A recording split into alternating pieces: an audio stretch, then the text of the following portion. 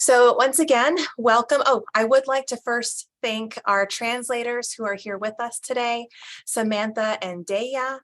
We are practicing language justice for this whole pilot project and this training. Language justice means that people are able to hear and receive information in the language that is most comfortable to them or the language of their heart.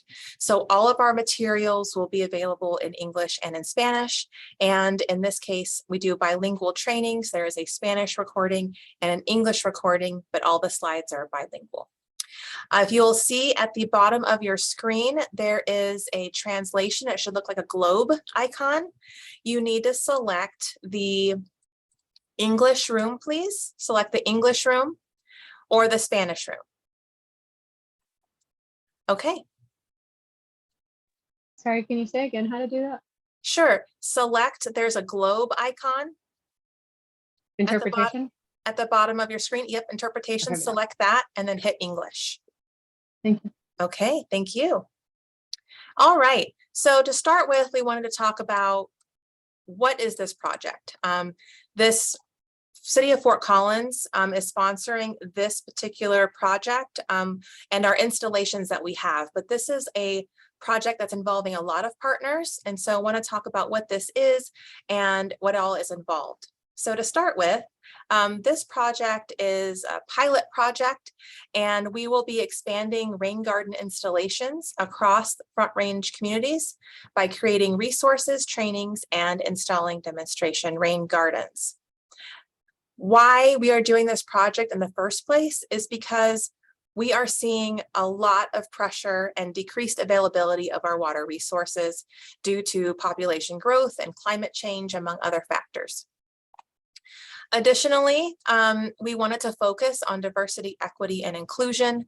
A lot of times for these type of pilot project, Spanish speakers or low-income families are left out because they don't have access to know about the pilot project, since a lot of times they're only in English. So that is something that we really wanted to include in this project.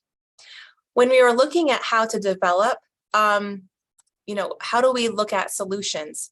One of the big users of water is on our landscapes. And so how can we reduce the water use that we are using on our landscapes and also beneficially use the rain? And we'll be talking a lot about what that means, what rainwater harvesting means today. But our team decided that rain gardens are really a positive solution for reducing the amount of water that's being used on our yards, while also providing native plants that are conserving water, enhancing green space or access to plants, reducing stormwater runoff, and protecting water quality. There are 4 tasks that are part of this project. The first one is to provide rain garden planting layouts. So we were looking to address barriers. What barriers exist to prevent people from installing rain gardens?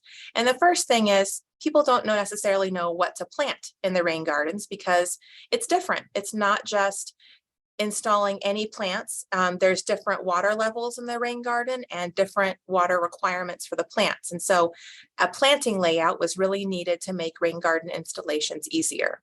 So we brought in and partnered with the horticulture team at CSU, Dr. Jennifer Busolo and Thomas Hickey, and they created 3 different categories of planting layouts: full sun, part shade, and full shade. And there's 2 varieties of each of those in each of the planting layouts. We focused in on 50 square foot layouts and 100 square foot layouts. And so those are the sizes that we are using for this pilot project. The second thing is that even though I deliver these trainings on how to install rain gardens, the feedback that I was receiving from homeowners was they really wanted help still. Did I know of anyone who might be able to help them with their installations? And so I didn't have a very long list. And so we developed this training so that we could have people who were trained on how to install them, so that then we could point the homeowners to these folks who have gone through this training to help them with their own installs. The third barrier that we saw was that there aren't enough examples of what rain gardens look like. And so it's just a concept, and really to get people to see how beautiful and beneficial it can be in their own landscapes, we needed to have good examples of those. So for this project, our task 3 is installing 21 demonstration rain gardens using the layouts from task 1.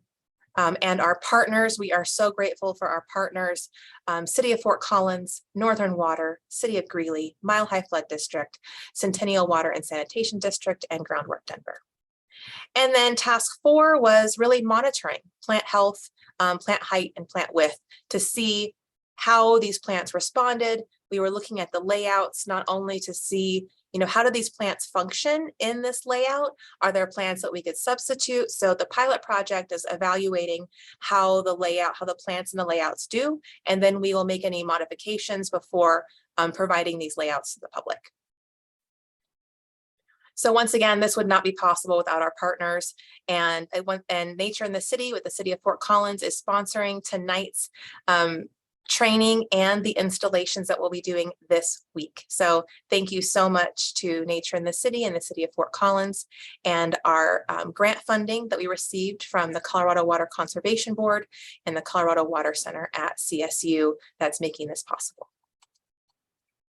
Speaking of making things possible, I'd love to introduce our team who is going to be on the ground with all of you who are joining us for our installations, and will be teaching the class today. I am Jessica Thrasher. I'll talk more about myself in just a moment, and then I will introduce Riley and Mia.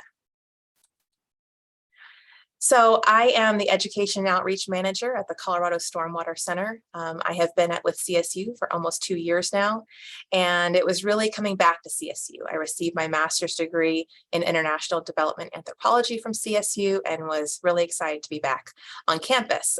There's so much energy on campus, and it's really nice to be a part of that. I've received several different certifications, permaculture, rainwater harvesting, but really I just love education and teaching people how to install these features in their landscape, how to use rainwater and stormwater beneficially, and really empowering people to make changes that they can on their homes. Riley. Hi everyone, my name is Riley. I recently graduated from CSU in 2020 with my bachelor's in watershed science and a minor in environmental affairs. But I love CSU so much that I came back for my master's in anthropology. So I'm hoping to blend my passions for the environment and people to take a social justice or environmental justice lens to the environmental issues that we're facing, because I believe that social, economic, environmental issues are all intertwined, so it's best if we can address them at the same time. I also interned at the City of Colorado Springs Stormwater Center in 2019, and that's where I really gained a passion for stormwater, so I'm really grateful for that experience.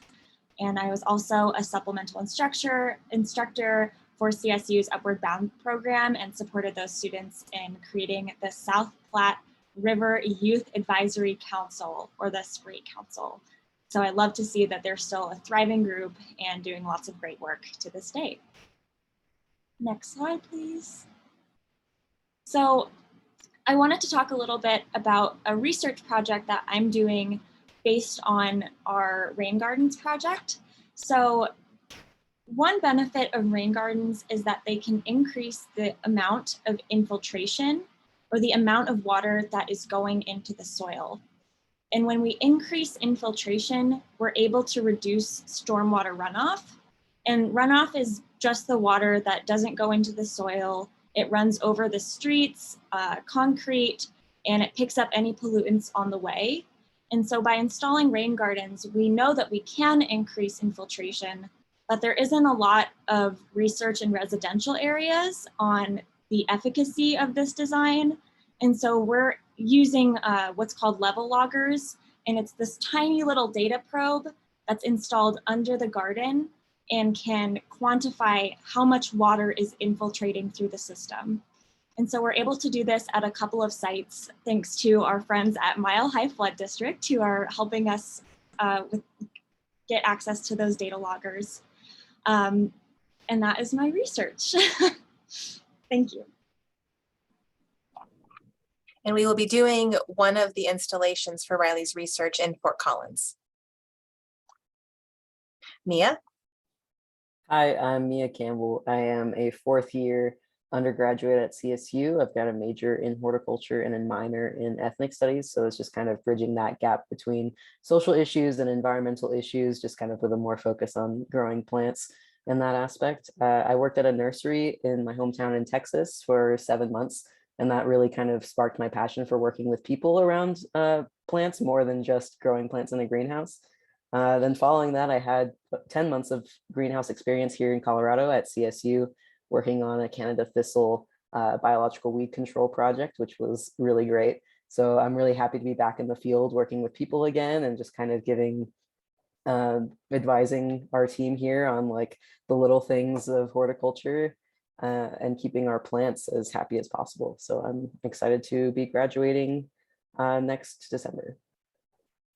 Thank you, Mia and Riley. They really are, this project would not be possible without them. They have done such a tremendous job. And yes, they are just fantastic. So I want to keep them forever for sure. Okay, so the Colorado Stormwater Center, we are part of Colorado State University in the Department of Civil and Environmental Engineering. And our mission is to advance stormwater management throughout Colorado by conducting practical research and providing education and training opportunities like this one. We do additional trainings as well. You will receive a link to this presentation afterwards. All of the blue lettering are links that you can go to for more information about these specific topics. So whenever you see that, you can click on it and learn more. So we do additional trainings for stormwater managers, and that was in that blue link. We also have a lot of free trainings that we do for the public on rain garden installations, rain barrel installations, and then a lot of other classes on green infrastructure as well. We do a lot of research on stormwater as well, and you can learn more about those projects there. And then we are looking to continually provide resources and tools that enable people to make these changes in their homes or at the municipal level as well. We are currently working on doing a bilingual pages and actually a Spanish only page as well. So we are in the process of developing more Spanish resources, and so that will be coming soon. We also have an annual symposium. Our next one is on November 1st. And so when that registration is available, we hope that you will join us. Before we get into the outline for today, Christy Bruce with Nature in the City and the City of Fort Collins is here with us today, our sponsor for this training and for the rain garden installations that we will be doing this week.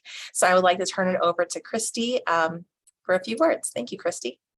Good evening. Yeah, we are very proud and pleased to be working with the CSU Stormwater. This Nature in the City mission is to increase access, connectivity, and just make it and stewardship. So this project combines all of those things to, native plants and water conservation.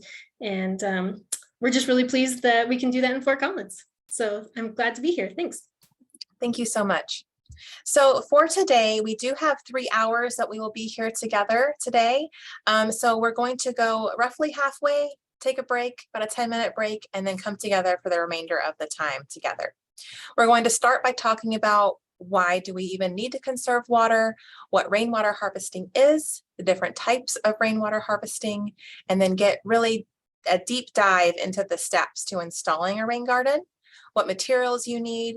We'll be looking at the different planting layouts that have been created by the horticulture team. And then rain gardens need maintenance. What does that look like? And then there will be a take-home part of the exam and then the actual exam. So once again, if you have questions, feel free to unmute or to put those in the chat. So to start with, why do we need to be talking about water conservation at all? One of those reasons is because we're having decreased water availability, and that is in part due to the increases in population. I myself am a transplant. I'm from Texas, and I moved here, I loved it, and I stayed. which is a lot of times what people do when they move to Colorado. They love this state, and whenever they move here, they just stay. So we're seeing huge increases to the Colorado population. In addition to that, there are increasing priorities for water. Colorado has a complicated water law system. It's called the Doctrine of Prior Appropriations. And very briefly, in case anyone is concerned, I'm going to get really deep into water law very briefly.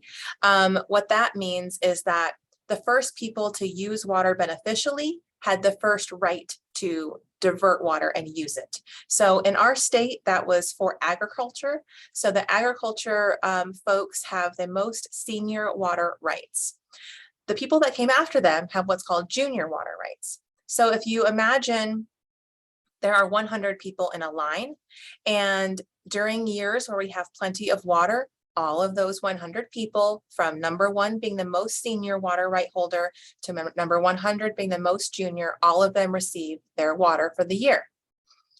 And then in years of drought, which we're seeing more and more of those years, you would think that everyone would get just a little bit less, but everyone would get a little bit. That isn't how it works. What happens is that the number 1 person in line receives their full allocation, the next person receives their full allocation, and so on and so forth until the water runs out. So you can see how that would be pretty stressful for those who have junior water rights and who don't know year to year if they'll receive water or not. Additionally, we have different priorities for the water, which basically means different uses. So we have agriculture, as we already mentioned. Of course, we have our municipal or drinking water as well. We also have our environmental uses, how much water needs to be in the river for the fish and the aquatic systems. We have recreation, how much water needs to be in the river to recreate appropriately. And then we also have commercial uses and industry. So all of these different priorities for the water or different uses can be in competition with one another. And so the water talks can get heated, but as you see, there's a lot of different uses, and everyone needs to kind of work together to make sure that people have appropriate water for each of their uses. Next, we have climate change. Climate change is impacting us a lot and the availability of our water, as we have seen very, very strongly in the last several years, especially is fires and floods. Fires and floods are very connected to stormwater and drought as well. And so when we have less water in our forests, they are more vulnerable to fire. When they're more vulnerable to fire, the fire burns hotter, and then it causes the soils to become hydrophobic or no longer absorb the water. And so the water is running off the forest. I kind of think of it as the forests are paved. And so then all of that water is not able to infiltrate into the soil, and it just runs into our rivers carrying debris and ash. And so there are a lot of impacts from the connected interconnections between drought and fires, and then the flooding is what happens after a fire normally. And we have seen that a lot in the last several years. And finally, we have high water use. So in Colorado, half of the water that we use is used outdoors. And on average, the average American uses 160 to 200 gallons of water per day. So in Colorado, once again, that's half of that is used outdoors during the summer months. So that water is typically used on our lawns. And lawns, you know, as we're talking about lawns and different types of plants, people have the standard for beauty in our yards has become the lawn and Kentucky bluegrass. And again, people moving from other states are able to water their grass with just rain. I have family in Minnesota, they have Kentucky bluegrass, and they don't have an irrigation system. And so when people move here, they want to see the lawn as well, but it's very difficult to maintain Kentucky bluegrass in our climate, and it takes a lot of water. So to put that in perspective, with water, it's always hard to determine how much you're using. It's very easy just to turn on the tap and then not realize how many gallons are going down. That's just our system, right, as we have it. So to put it in perspective, I'm talking about a 100 square foot patch of grass. This is equating to our 100 square foot rain garden. So we're trying to see how much water are we going to be saving by taking out 100 square feet of grass and installing a 100 square foot rain garden. So 100 square feet is roughly the size of a small SUV, and it requires 124 to 186 gallons of water per week, depending if it's 2 or 3 times per week, based on if it's July or May. So that doesn't sound like very much water, 186 gallons per week. But if we look at it in the city of Fort Collins, we have approximately 70,000 homes here, and that's over 13 million gallons of water per week, just in Fort Collins, just for 100 square feet of grass. So it adds up quickly. And so it's important to note that each of our impacts really build at the community level. Indoor use, the highest user is the toilet, and then close second is the shower.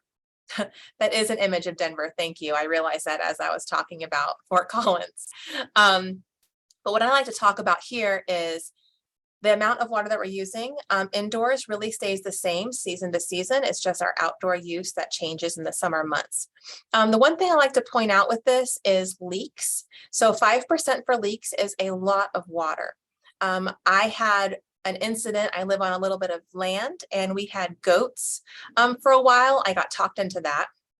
And so we had goats in our back pasture, and one of the goats turned on our spigot in the back pasture with its horn, and it ran for an entire day. And I had no idea. It was so much water that the water provider came out to check our meter thinking it had exploded or broken or something. And so that was the goat incident, as we call it in our family.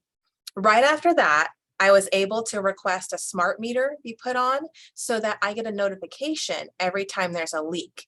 And so that has been a really great tool for us to be able to address those leaks as they happen and not have to wait to go out there and see water just gushing out of the pipe to understand that there is a leak. So I encourage you to look into that, because all I did was call them, and then they came and installed it about 2 days later. I really love this graphic. Once again, it is showing how easy it is for water to be wasted because it just runs and we don't know how much we're using. The meter is called Eye on Water, but it's called different things in different areas. And so just check with your water provider to see what it is called. I have Elko. And so the city of Fort Collins, Christy, what is the meter that you use in the city of Fort Collins? I would need to check on that. Okay. And so, yeah, I don't know off the top of my head there either, but that would be easy to find through the city of Fort Collins. So what can we do? We know there's a problem with how much water we're using. What can we do? One of the things that you can do is purchase WaterSense products. Once again, that's a link. These products are certified through third party to ensure the water efficiency standards. And they have a range of products, from toilets to shower heads to irrigation controllers.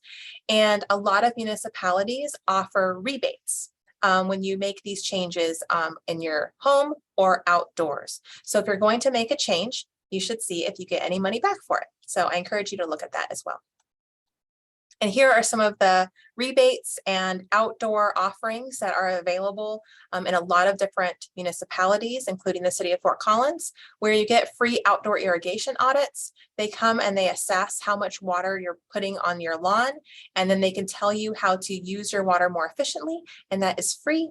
There's discounts on Resource Central garden boxes. They offer opportunities for removing turf and installing xeric landscape. They have their ZIP program, the city of Fort Collins does. And so be sure to just check into all the resources that you may qualify for. Okay, next I want to talk about how we view the rain and how can we redefine what the rain means and how we kind of internalize the meaning of rain. So we have all of these songs, you know, rain, rain, go away. We are in Colorado, actually just a few days ago, there was this really big hailstorm. That has been typical. I've lived in Colorado for 14 years and I'm used to seeing the hailstorms. Our first hailstorm of the season that I encountered was a week ago, which is very late for what we typically encounter our hailstorms. But there's a lot of fear around hail. You know, it destroys our gardens. It's just a very hard rain. And so rain is associated a lot of times with negativity, you know, annoyance. You can't go play outside. In addition to that, our homes, the way that they are built is in this picture here. So let me get my pointer. So if you see here, the homes are built on a slope, and water is meant to go around the home and into the street as quickly as possible. Now, there was a good reason for the way these homes are built like this. And if you drive around neighborhoods, you'll see that they are still built like this today. And that is because you don't want water sitting against your foundation. But what this also does is it takes the rain from when it hits our property and then makes it leave as quickly as possible. We have clay soils, so water runs very quickly across our surfaces, and then it picks up debris as it goes into our yard. So after a hard rain, you might see mulch on your sidewalk or soil or grass or whatever it is, because it's running quickly across that sloped surface.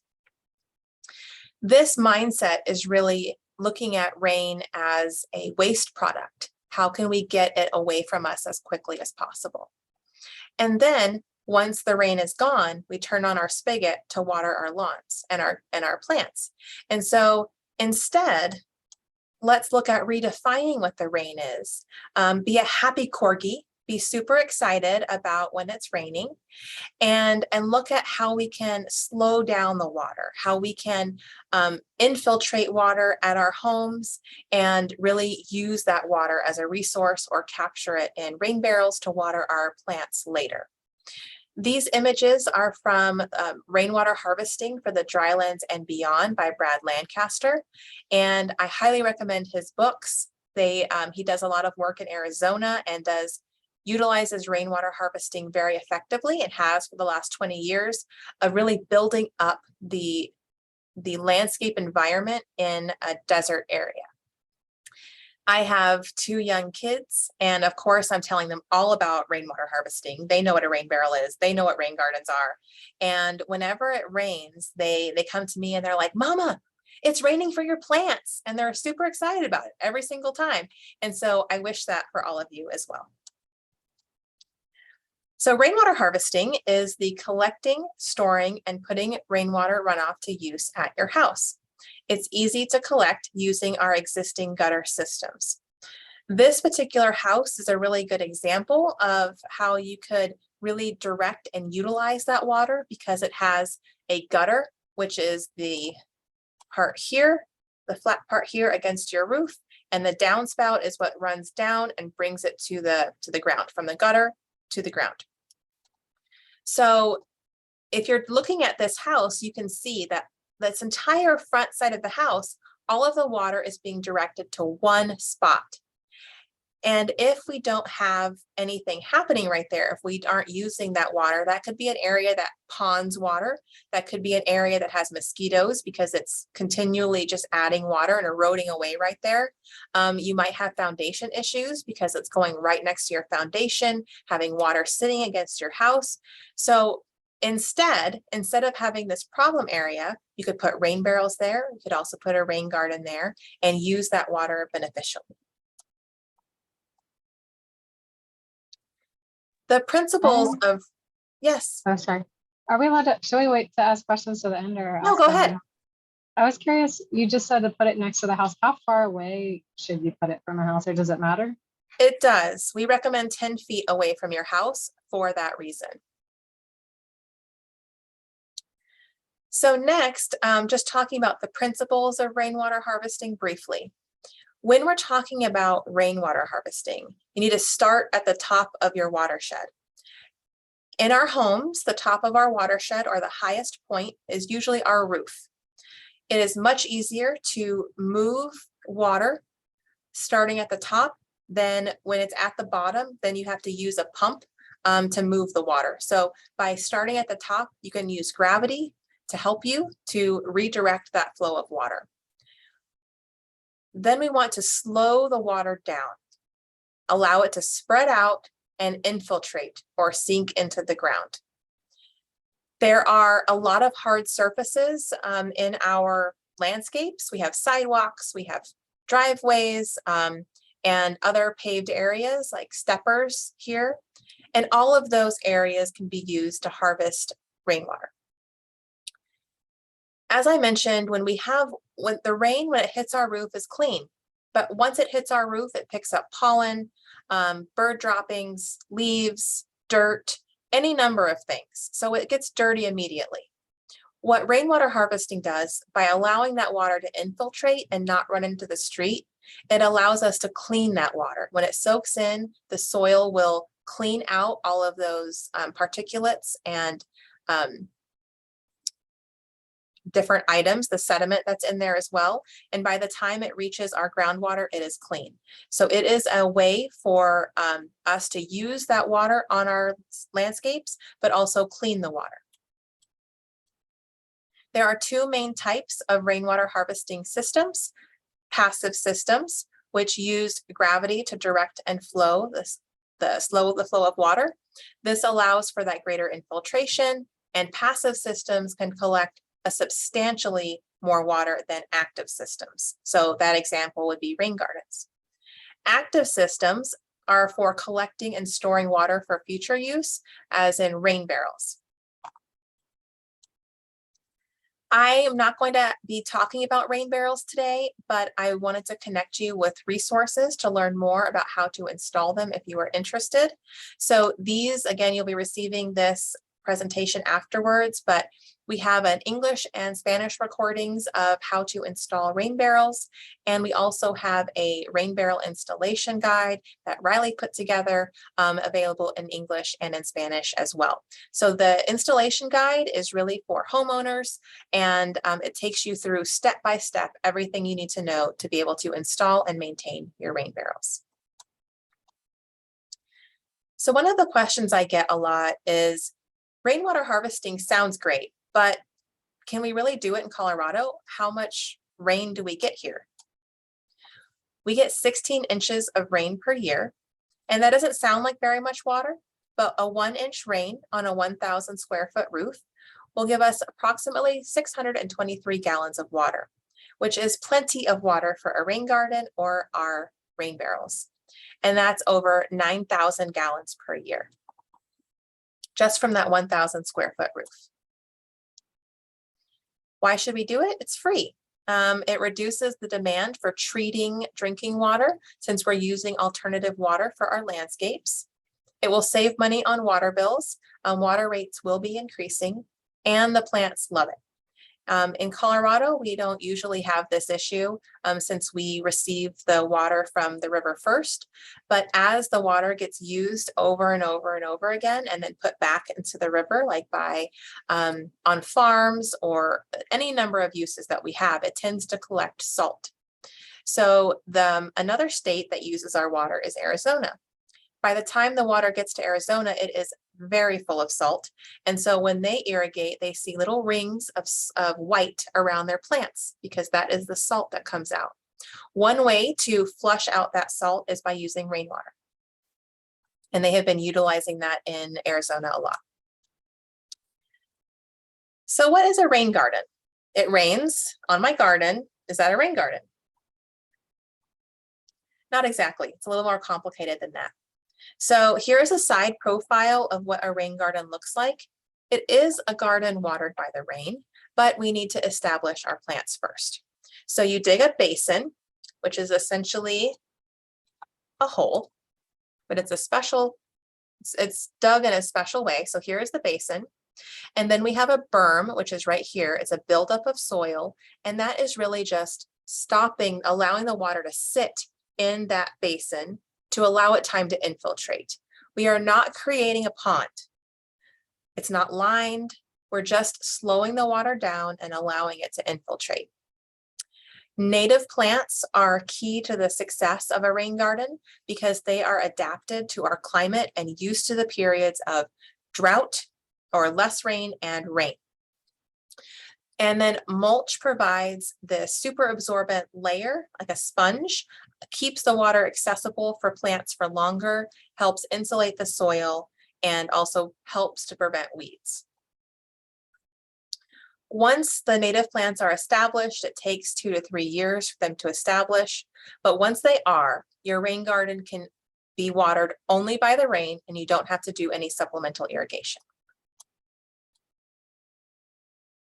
You can collect a substantially increased number of gallons or more water in a rain garden than you can in a rain barrel.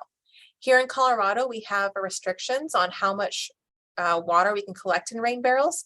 The regulation is we can have 2 55-gallon rain barrels collecting a total of 110 gallons or less. So this rain barrel is 55 gallons, the picture on the left, and the picture on the right is showing that 71.25 gallons of water in my rain garden that hasn't been completed yet. So you can see that there's so much more potential to collect water in a rain garden than a rain barrel. Even in areas where cisterns are allowed, which are basically really, really big rain barrels, there are 1,000 gallon cisterns all the way up to 3,000 gallon cisterns or even 10,000. But even at that amount, you can still collect more water in a rain garden than you can in a cistern.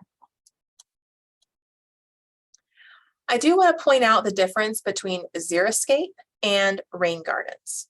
There are a lot of similar features, but the way they are designed is typically different. So xeriscape is really talking about low water plants, which they can be native or non-native. You have efficient irrigation, so drip irrigation typically. You're limiting turf on these landscapes.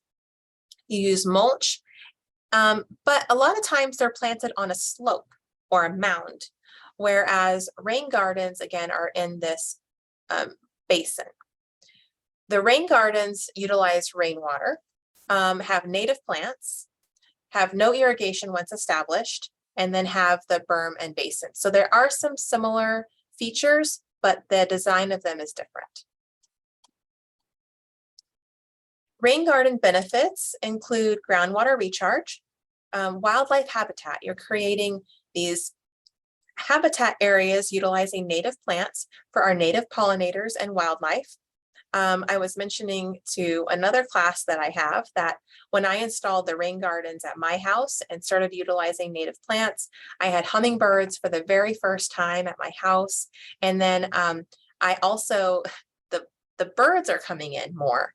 I didn't plant any sunflowers, but as soon as I planted native plants, all of a sudden I have sunflowers because I brought birds onto my property and they brought sunflower seeds. So it's amazing. It really is amazing the difference that you can see in your landscapes once you start creating this little mini habitat. And just think about how if we get our neighbors to do it as well, we can create habitat corridors and have connected pieces of native plants and habitat throughout neighborhoods. It increases water quality and removes pollutants. It's viewing the rain as a resource, decreasing the demand for irrigation, and increasing access to nature. In 2020, we were all trapped in our homes, as you all know. And I myself, and from the people that I talked to, all I wanted to do was get outside, right? We need to get outside. And in some areas, when they get outside, it's just concrete, especially in our highly urbanized areas. But if we start seeing more rain gardens, more native plants, you're creating these pockets of green space close to where you live. And it doesn't have to be a really big area. It can be in a small area, but even that, whenever I see a hummingbird, it lifts my spirits. And so having access to those pollinators and that wildlife really does improve people's mood and their mental health. Rain gardens can be big installations or small installations. You might recognize the picture on the left that is from the Fort Collins Mall. There is a beautiful rain garden installation there, and it is very large. And it's one of my examples that I use in my classes a lot because it's so nice. And then the picture on the right is from my backyard. So you can have this whole varying degree of size of rain gardens. Here are some other pictures. These are other examples from the city of Fort Collins area. And so You can have rain gardens that are in off the street, off parking lots here. You can have them off streets, like in the middle picture, or you can have them, this one, the last picture is the City of Fort Collins building off of LaPorte, and they have a rain garden that was connected to their downspout. And it's also an educational piece. But you can't install rain gardens everywhere. There are limits. You can break up concrete and install a rain garden, but it's usually not very cost effective. It would be easier to install it in an area that's vegetated. So can't install rain gardens into concrete. We cannot install them over any utility lines. I will be talking about this, and so will Riley and Mia as well, just how important it is to locate the utility lines before you do any kind of digging. We don't want to have anyone hit a gas line or an electric line. And it's just really important for safety to be sure not to dig anywhere near those. So not over any utility lines. And utility lines have impacted our project because we've had some great locations, the perfect spot for a rain garden at a potential site. And then once we get the locate, we can't plant it there anymore because of where it is. You also can't plant rain gardens or install them over septic tanks or drain fields. So in areas that are not connected to the sewer system, they have septic tanks, and so you don't want to install plants over them because it won't allow the waste from the house to be able to infiltrate into the ground. The vegetation in a rain garden, as it grows, it improves the infiltration rates. So we talked about how the clay soils that we have are just really hard packed. But when you plant plants in them, the root structures will break up that clay and you will increase the amount of infiltration that is able to happen in those areas. You also reduce the total volume of stormwater that is coming off of a roof because you are allowing it to sit and infiltrate into a rain garden. It has a beautiful plants in it, providing aesthetic appeal and curb appeal to the property. It cleans the water by preventing that pollutant uptake. And just be sure that you don't have any sprinkler heads in your rain garden. So we have to cap those off. If you have an area that is lawn and you want to install your rain garden and remove the lawn and install the rain garden, you have to cap off the sprinkler head in order so that that sprinkler will not spray into the rain garden because it doesn't need the same amount of water that a lawn does. So one of the main issues that we see with rain garden installations is that they are installed like a bowl.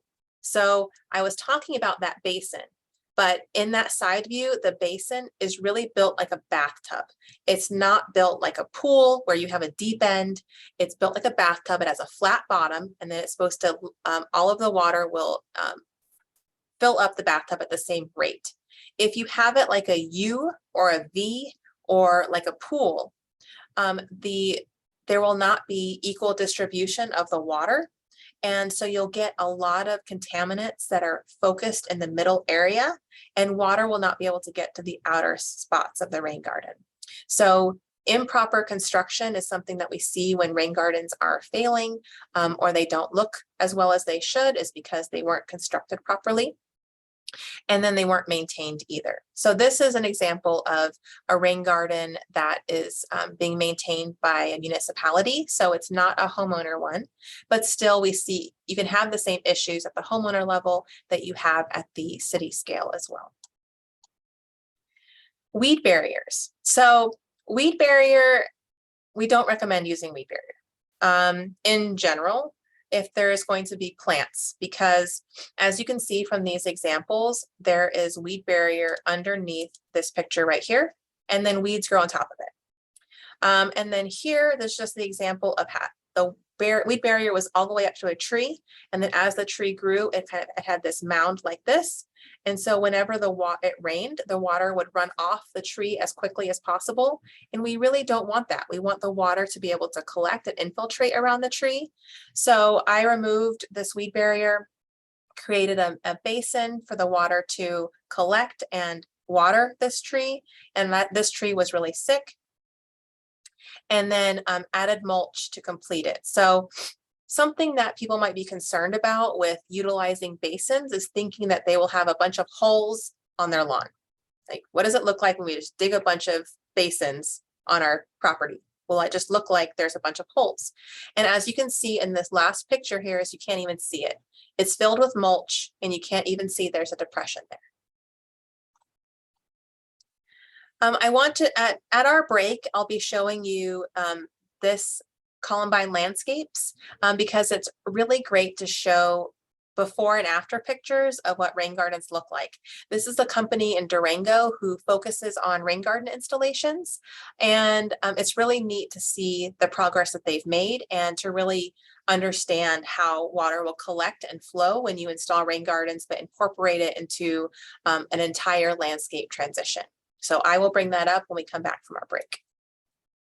And then we also have a video, which I'll also bring up after our break.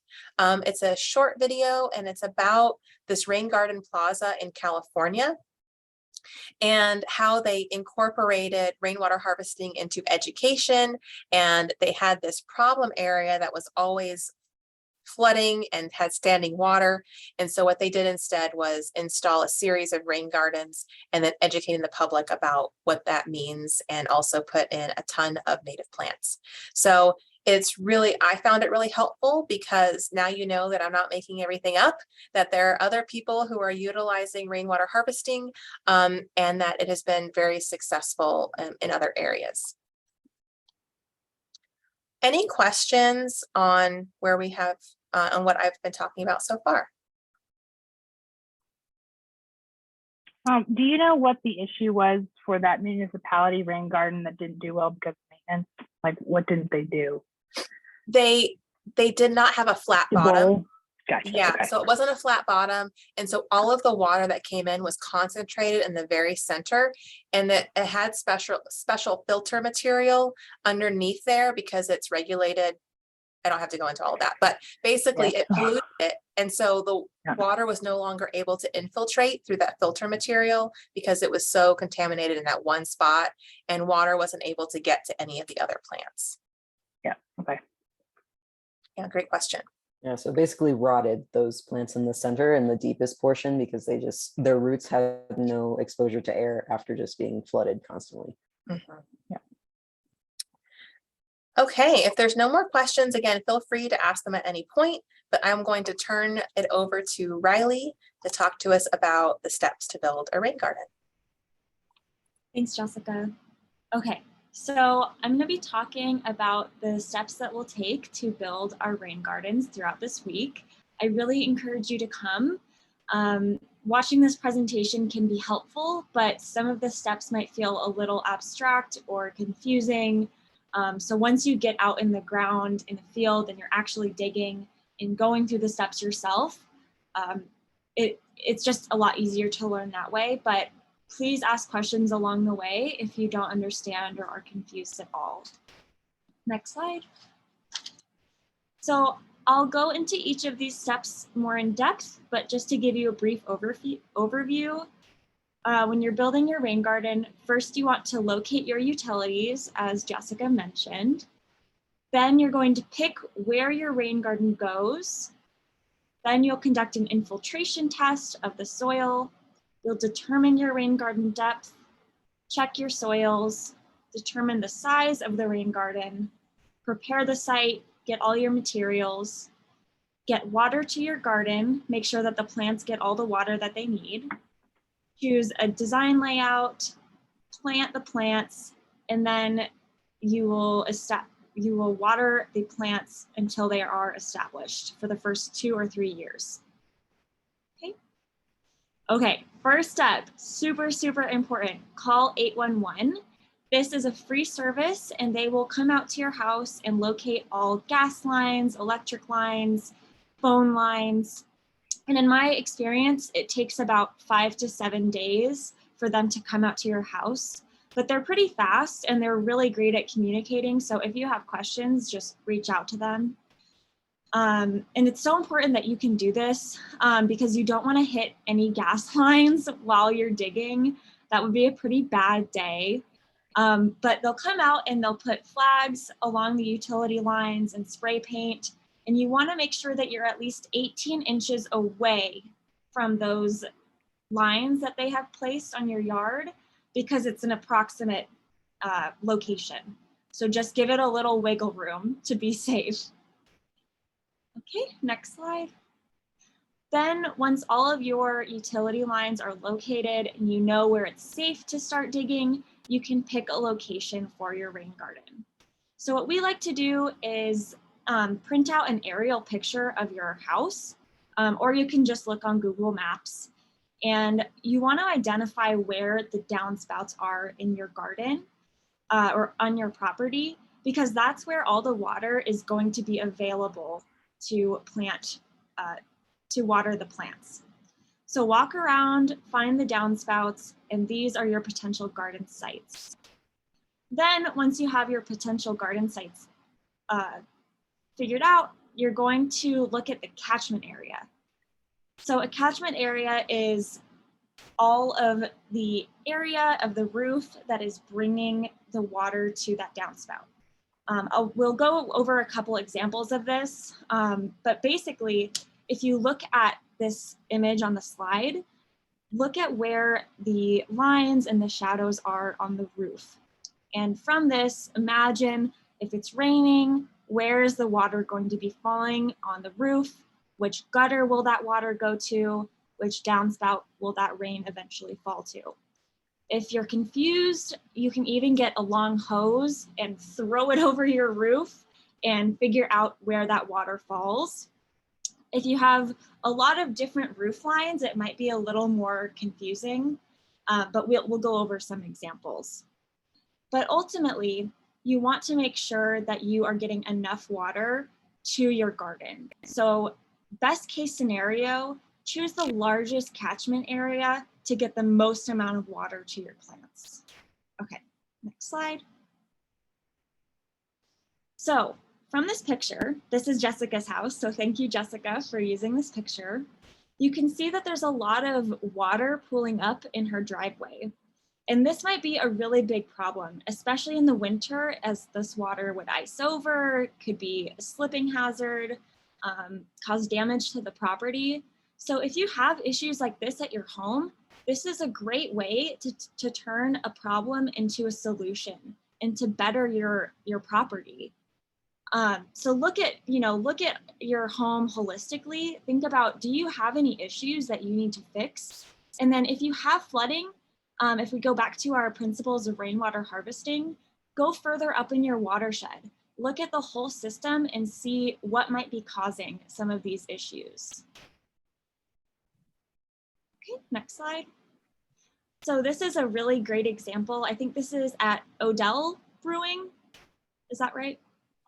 New Belgium. New Belgium, sorry. But yes, this is a beautiful rain garden that they have. You can see that where the pooling of water is at least 10 feet away from the building. So the water isn't seeping into the foundation or causing issues, but we're still getting that benefit of slowing down the water, increasing native biodiversity, and beautifying our landscape. Okay. Next slide. Okay, choosing a location. So once you have your downspouts identified, you know that you have a good size catchment area, you can start to picture what your rain garden will look like. You need to think about a couple things in that process. So some questions you could ask yourself is, will the water drain away from my house? So when at the downspout, is the soil or the land sloped toward your house? If so, that water is naturally going to pool towards your house, and you don't want that. You don't want to worsen any flooding. Sorry, my dog is scratching at the door, so I apologize if you can hear that. Second, again, can I dig here? Are there any utilities here? Are there any irrigation systems? If you have irrigation line or irrigation, what are they called? Irrigation heads. You don't want to have that in your rain garden. But even if you're close to an irrigation head, you want to be careful because you could break that. I did that and I learned that it's very easy to fix. So it's not the end of the world if you hit an irrigation line, but try to avoid it. Again, is it too close to my house? So just make sure that you're at least 10 feet away. Look at the drainage area again. How much water will you be getting to that garden? And is this a good spot to reduce the irrigation that I'm using? So the goal of this is to reduce our water consumption. So if it's in the middle of a big, if it's in the middle of your yard and all of the irrigation heads are hitting it, that's not really achieving the goal. So we want to be able to reduce the amount of water that we're putting into the system. Okay, next slide. Sarah has her hand up. Do you have a question?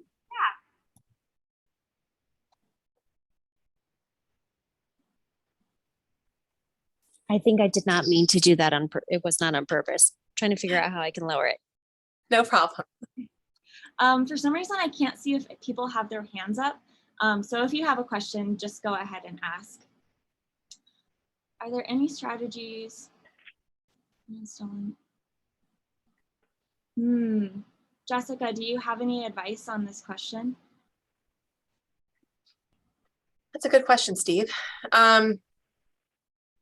Currently, we haven't seen a house where they didn't have a 10-foot away spot. So you might see that in the backyard. It might not be a front yard possibility, but I would just continue to look at all of your prospective spots, because it's more than likely that at least one of your other downspouts will be farther away from your house. You'll have more space to install it. And 10 feet isn't that far away from your house. And so it hasn't been a huge barrier for us so far. Are you thinking of a specific house?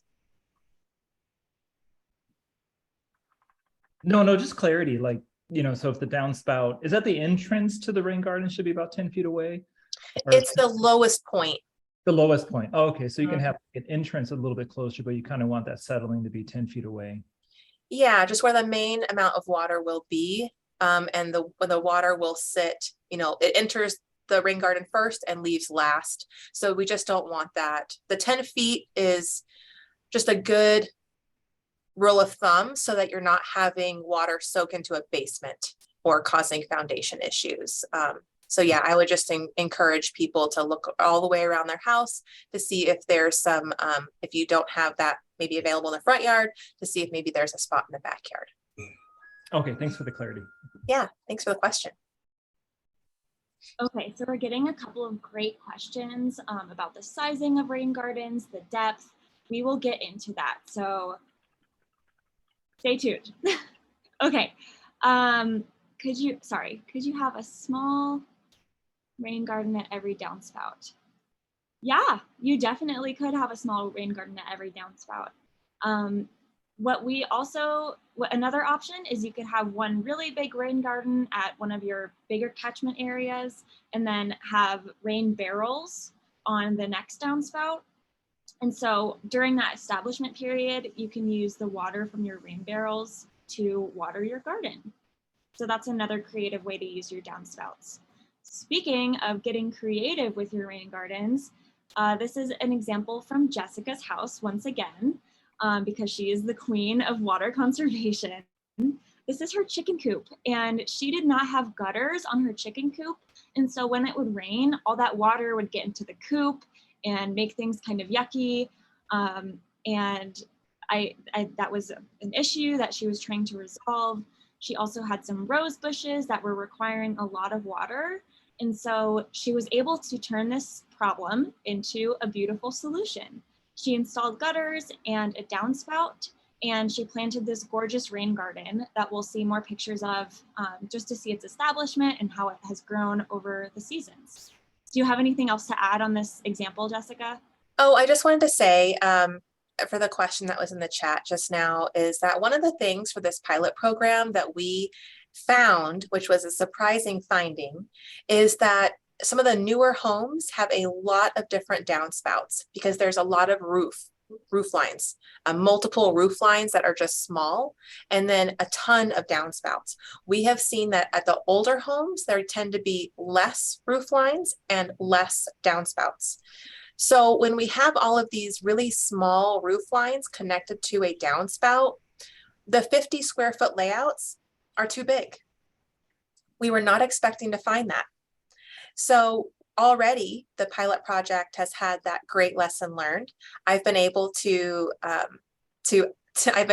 find ways to fund actually getting a 25 square foot layout for future projects. So we identified that need, and we've been able to, probably by the end of the year, we'll have those alternative layouts as well. So in answer to your question, you can definitely have smaller layouts or have a small rain garden at every downspout potentially.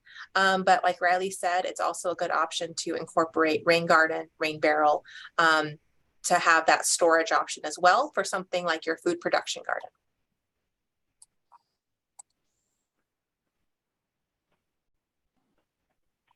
And now I'll pass it over to Mia. Yeah, so thank you.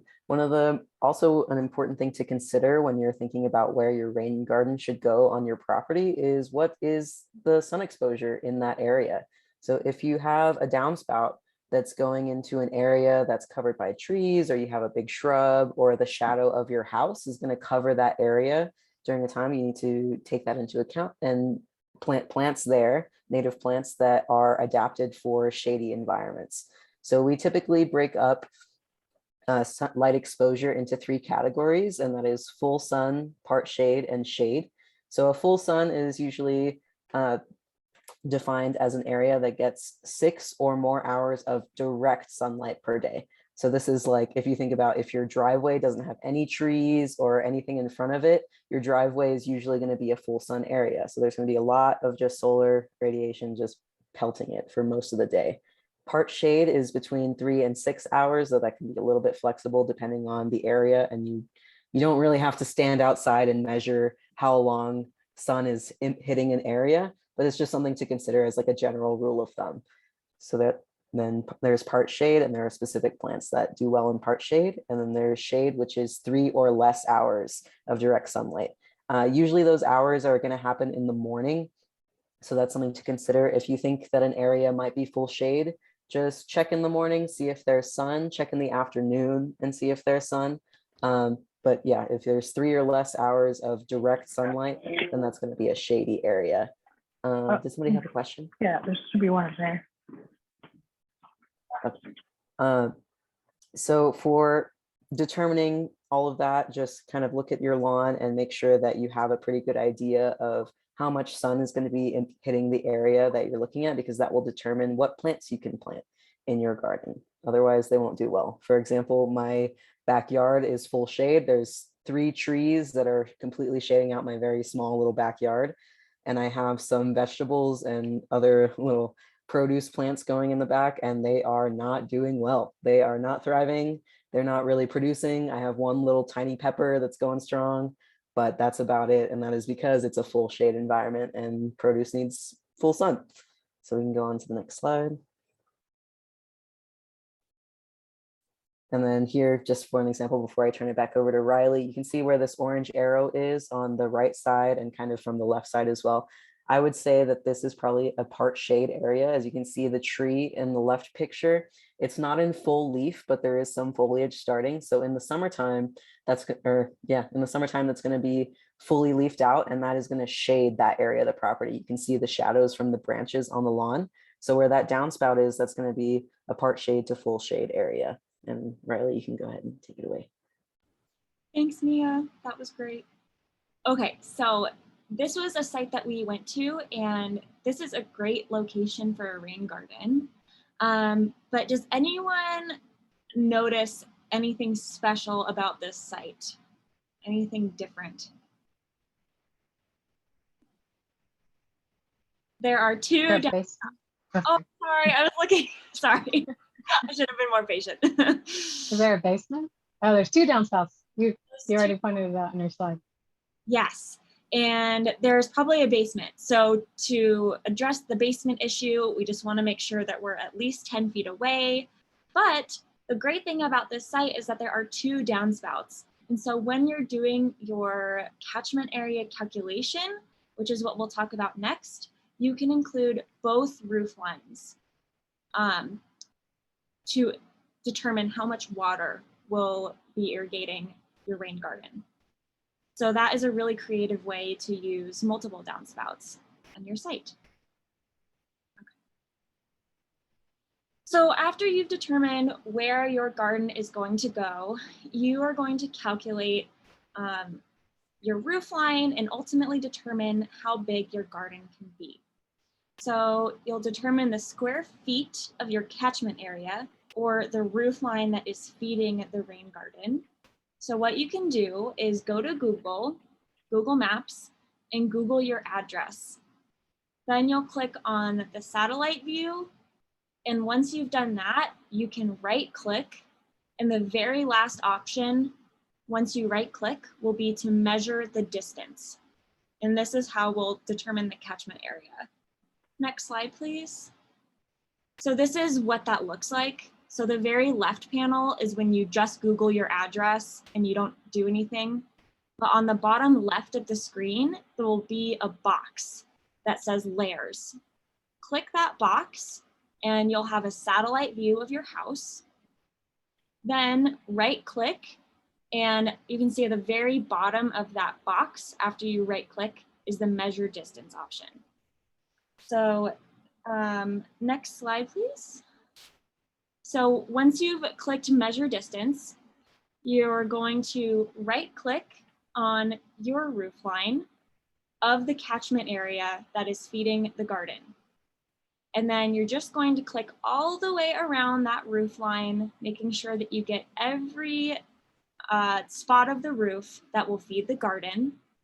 And then on your very, very last click, the circle that you put down, you want it to overlap with the first click or the first circle.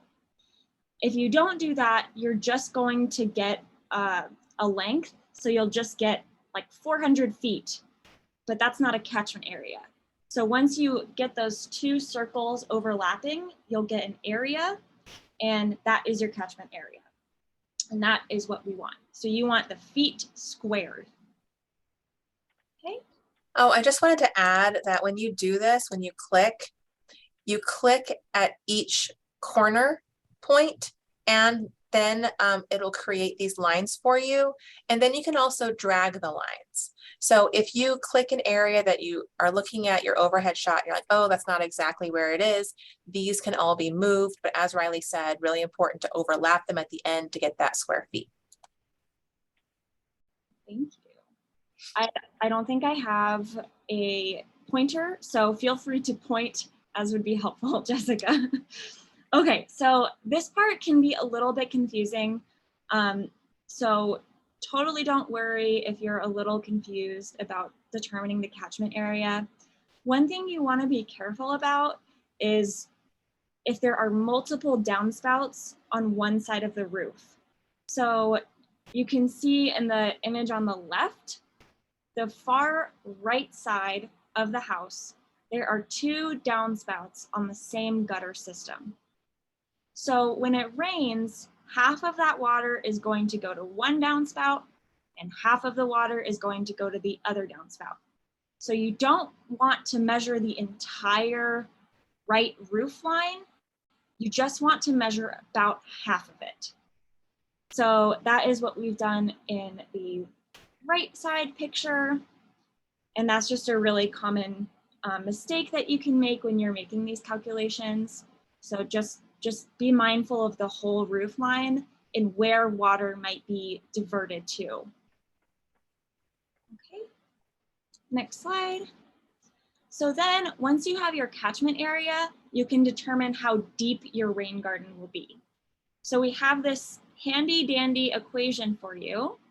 So you're gonna take your catchment area, the number that you just calculated with Google Maps. You'll multiply that by an average rainfall event, which is about ½ an inch.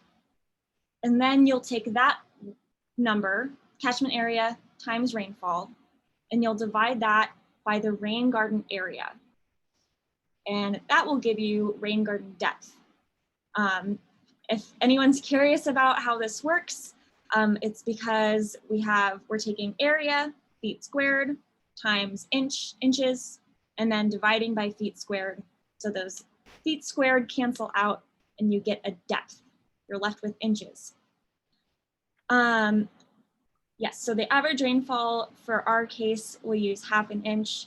Rain garden area, we are using 50 square feet and 100 square feet just based on our layouts, but you are not bound to those numbers. If you want to be more creative, by all means, but for the purposes of this class, 50 and 100 square feet are what we'll be using for the garden area.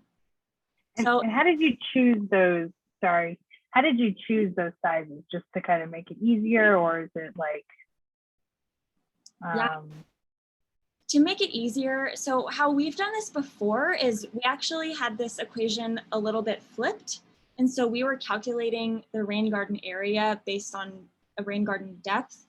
But when we were collaborating with our horticulturists, Dr. Jennifer Blusolo and Thomas Hickey, they're just not able to create a layout with an already predetermined rain garden size. And so we just figured 50 and 100 square feet would be the easiest. But as Jessica mentioned, we're finding that 25 square feet is also helpful. Okay. Yeah. So if you all want to practice, just go ahead and give these numbers a shot. So if you have 482 square feet as your catchment area, multiply that by 1/2 inch. Then you take that number and divide it by 50. And you'll see that the rain garden depth that we're left with is about 4.8 inches. And so the length and width here is just an example of how you might be able to create that shape on the ground. So a depth of 4.82 inches with a 50 square foot layout, you could just take your ruler on the ground and map out your garden with those measurements. If you wanted to try 100 square feet rain garden area, you would just do the same thing, 428 times 0.5 divided by 100, but then you get a depth of 2.4 inches. And this is really important. So if you have a rain garden depth that is less than 3 inches, the site is not suitable for a rain garden.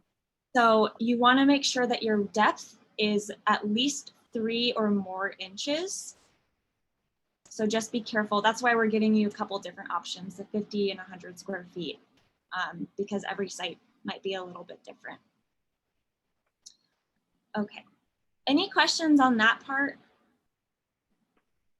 Yeah, I was just kind of surprised. I feel like 4.8 inches is even like pretty shallow too. And that's like the very bottom of your catchment, right? The flat part will all be that from whichever's angling away from your roof.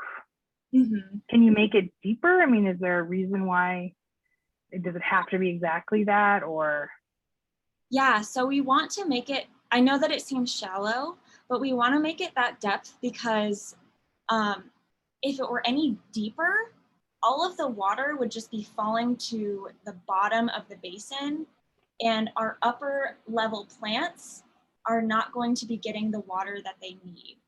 And so we're basically just taking the area of your roof, like a volume of roof area with rainwater, and then we're just squishing that same volume into a little basin in your yard.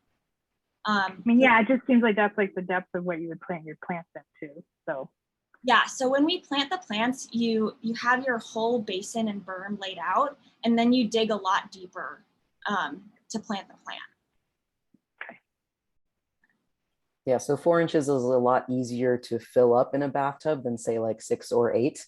So an average rainfall event, you may not fill your entire basin if it's too deep. So that kind of 4 inches, even though it seems very shallow and not like very much of a depression, will still be good for your rain garden and still water the plants as suited.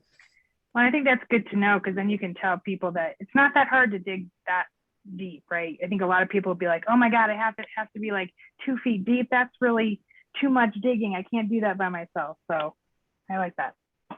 Exactly. Thank you, Yeah. Mia.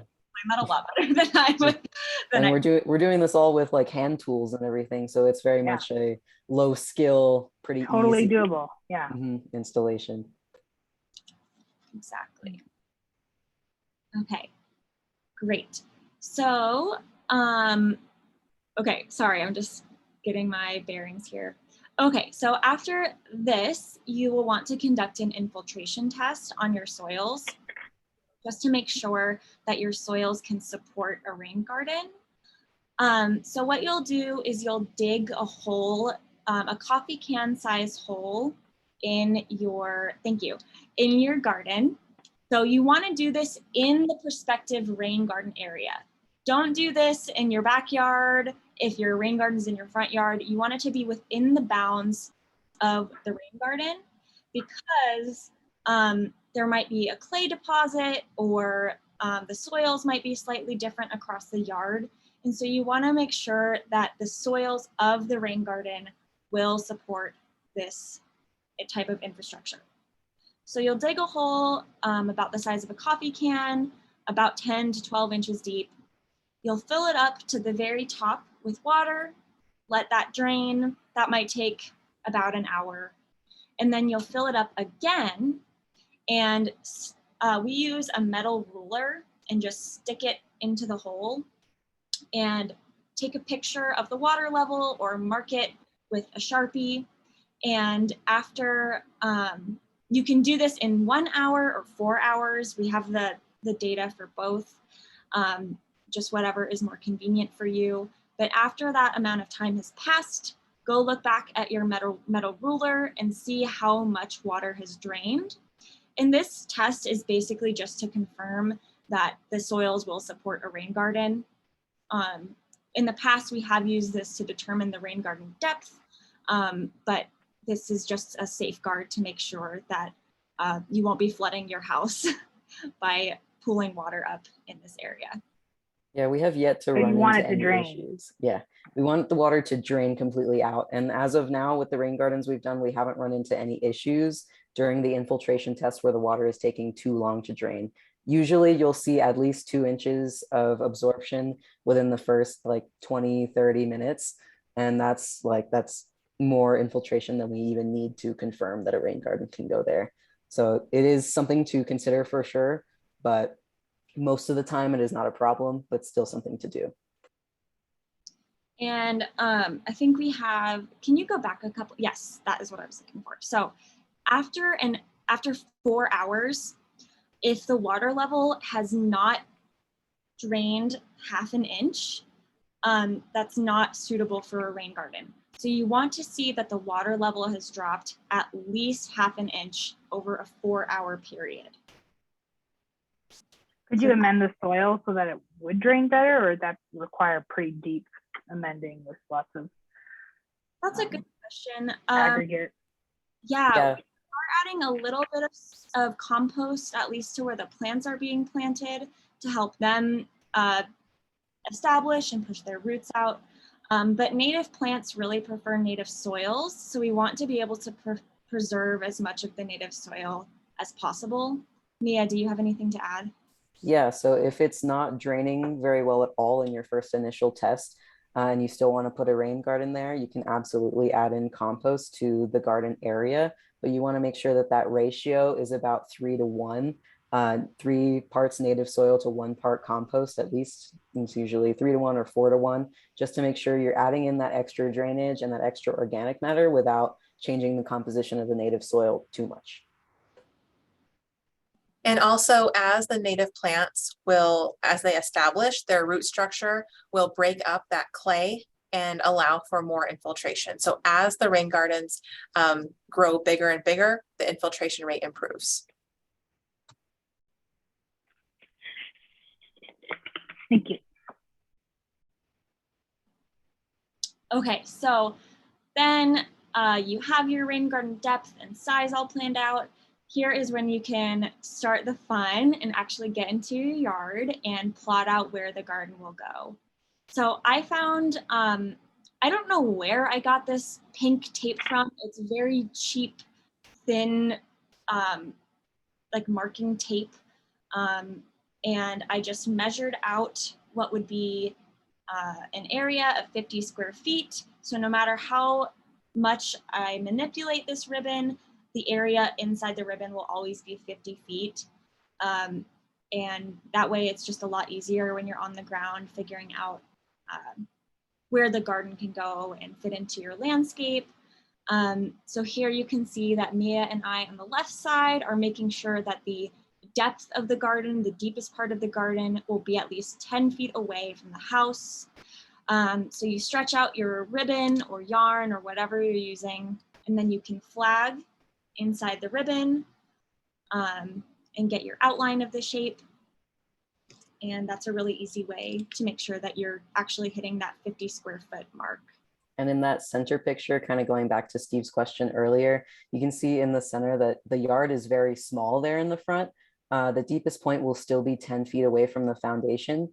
But as you can see, like on the picture on the right side, both are 50 square feet, but the one on the right side looks a lot smaller because the yard is bigger. And the one in the center will fill up more of that garden, but it definitely is possible to put a rain garden in a constricted space, especially with that center picture having a very small yard and having that tree right there, because we want to be careful to avoid damaging the roots of that developing tree. Okay, I see that we have a question. How long does your piece of ribbon need to be to equal 50 square feet? So I just got out a big tape measure and ran the ribbon along, and I marked at 5 feet and then at 10 feet. And so that would be like half of your rectangle. And then I folded that over. So what would that be? 30 feet? 15 plus 15 is 30. So 30 feet is what you want your ribbon to be. And then just tie it off, and you'll have a 50 square foot ribbon. Sometimes I like to use hoses to create bed lines, but a hose too could work as well. I have also used a hose when I forgot my ribbon, and it has worked wonders. Okay, great. Next slide, please. Okay, great. So I think this is just an opportunity for you all to practice with just this calculation. So if you have a catchment area of 1,000 feet, 1,000 square feet, your average rainfall is ½ an inch. What would the garden depth be for a 50 square foot rain garden?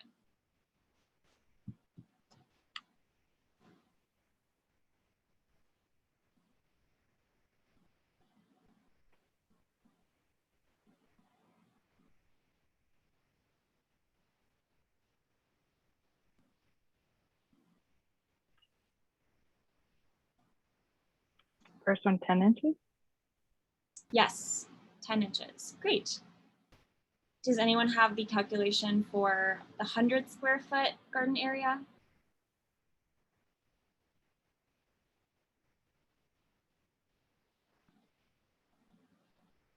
Five. Yay, good job. Okay, so the first rain garden depth we'd have is 10 inches. The second one is 5 inches for anyone who missed that. So both of these are suitable for a rain garden to be installed because the depth is greater than 3 inches. But whether or not you want a 100 square foot garden or a 50 square foot garden is up to you. We personally prefer to plant as big of gardens as we possibly can. So we would go for the 100 square foot, and that way you don't have to dig as deep. But if you simply don't have the room, if you have a smaller yard, you're more than welcome to do a 50 square foot garden. Okay, so we are at the halfway point. So let's take a 10-minute break and rejoin at 6:53.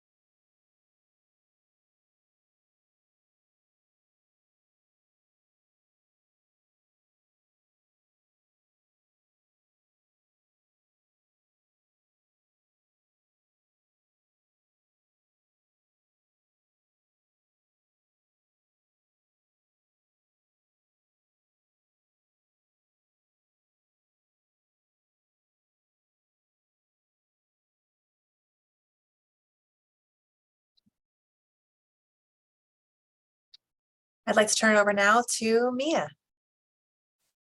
Welcome back. So we're going to talk about what actually is native soil. Like, what are we digging into here? So soil is actually 50% composed of water and airspace. So this is just kind of the pore space in between the different particles of soil. So this is kind of what allows the infiltration to happen. Because there is 25% airspace, water and rainfall can fill up that pore space. So that is what our infiltration test is actually like testing. The other half, mostly, is mineral particles. That's sand, silt, and clay.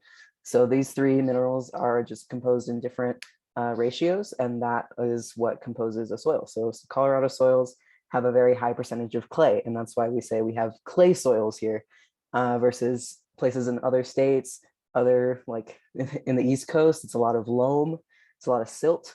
So that's just kind of the differences with our soils here that's important to consider. So what we buy at the store in a bag is not actually soil. It doesn't contain any salt. It doesn't contain any silt, loam, or clay at all. And it's actually entirely composed of like finely shredded bark, peat moss, vermiculite or perlite to add that porosity, and compost. So the stuff that we buy at the store is not actually native soil. And that's why it's so important for us to keep the native soil in our rain gardens. We can go ahead and go to the next slide. So this is a picture on the right of what a soil composition triangle looks like. And that's what we use to kind of determine and quantify the ratios of sand, silt, and clay in the soil. So the soil in Colorado is kind of at the top of that triangle between sandy clay and clay soils. Mostly it's in that clay category. So since we have that small, since we have clay soils here in Colorado, the clay is actually the smallest particle. So it's rated as clay being the smallest particle, followed by silt, which is a slightly larger particle size, followed by sand, which is the largest in soil. So those small particles make it really hard for water to pass through it. And that's why that pore space is so important and what our infiltration tests are actually testing. So it's important to consider this when doing rain gardens or constructing anything where you're going to be digging into the ground. Our clay soil also means that it's really hard to dig it up. So one of the things that we have learned during this process is that it's super, super important to make sure that the homeowner or yourself, whoever is going to be working on the rain garden, waters the area deeply the night before. So this means going outside and watering the area for 20 to 30 minutes to allow water to infiltrate through that clay and to allow it to be easier to dig up the next day. Because we did encounter a site where the homeowner unfortunately did not water the area before, and it took us about 7 hours just to dig the hole for the rain garden. That's before putting in any plants, before any of that. So that's something that's super important versus a homeowner who did water the area before. It only took a couple hours to dig up the hole. So that's just something to consider, and a little mini crash course on what soil is and why it's so important to know what kind of soil you have.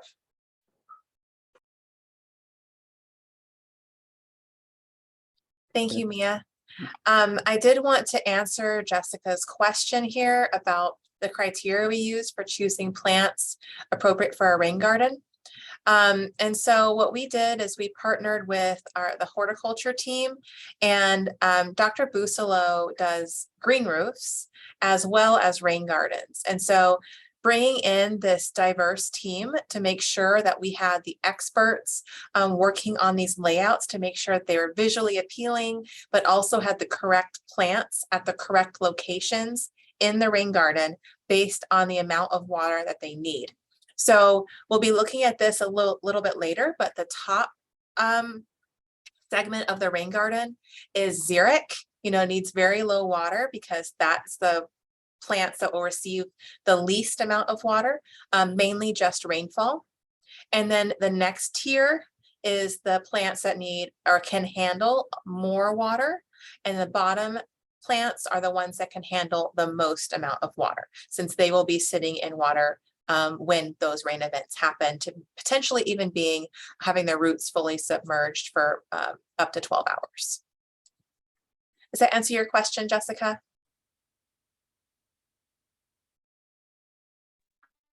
Yes. Great.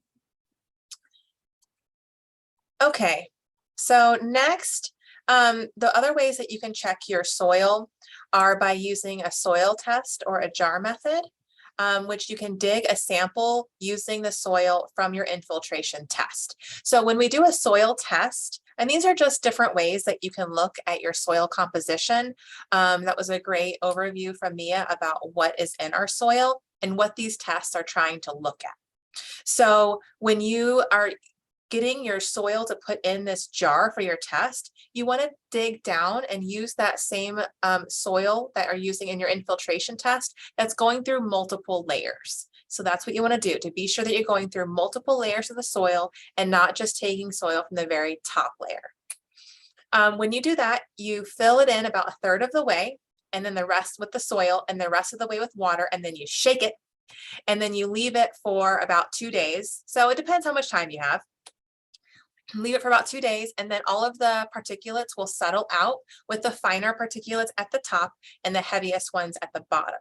And so then it'll layer so you can see how much is comprised of clay versus silt versus sand. So it is a neat way. I think it's a really great teaching tool just to see the different layers like that. But again, that's a way to see what kind of soil you have in your yard. You can also send in a sample to CSU, and they will give you a very detailed breakdown of exactly what's in your soil. It's really important to test your soil, because if you're installing, like someone suggested earlier, having a rain garden at every single downspout, you may not have the same soils at all of those locations. And in fact, you probably don't. So you need to do an infiltration test and look at your soils at each spot that you are thinking about installing a rain garden.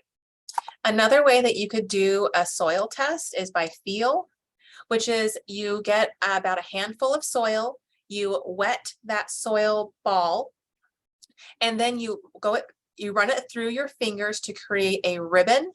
If you can create a full ribbon like what is here, that's clay. And then here it's clay loam, and then here is loam. So the longer the ribbon, the more clay.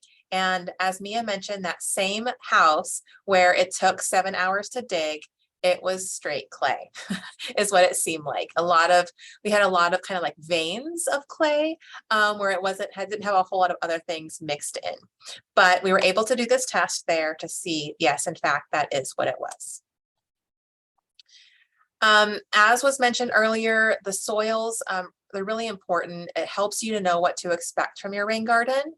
And it's also an opportunity. If your soils need to be improved, rain gardens will help build up and improve your soil. And based on what you find from your soil test, those amendments may be needed based on that soil type, as Mia mentioned. And it's really important to make sure that we're doing mostly native plants, or soil rather. So we don't want to dig out all of our native soil and put potting mix in. Like, that is completely contrary to what we're trying to do. Native plants need native soils.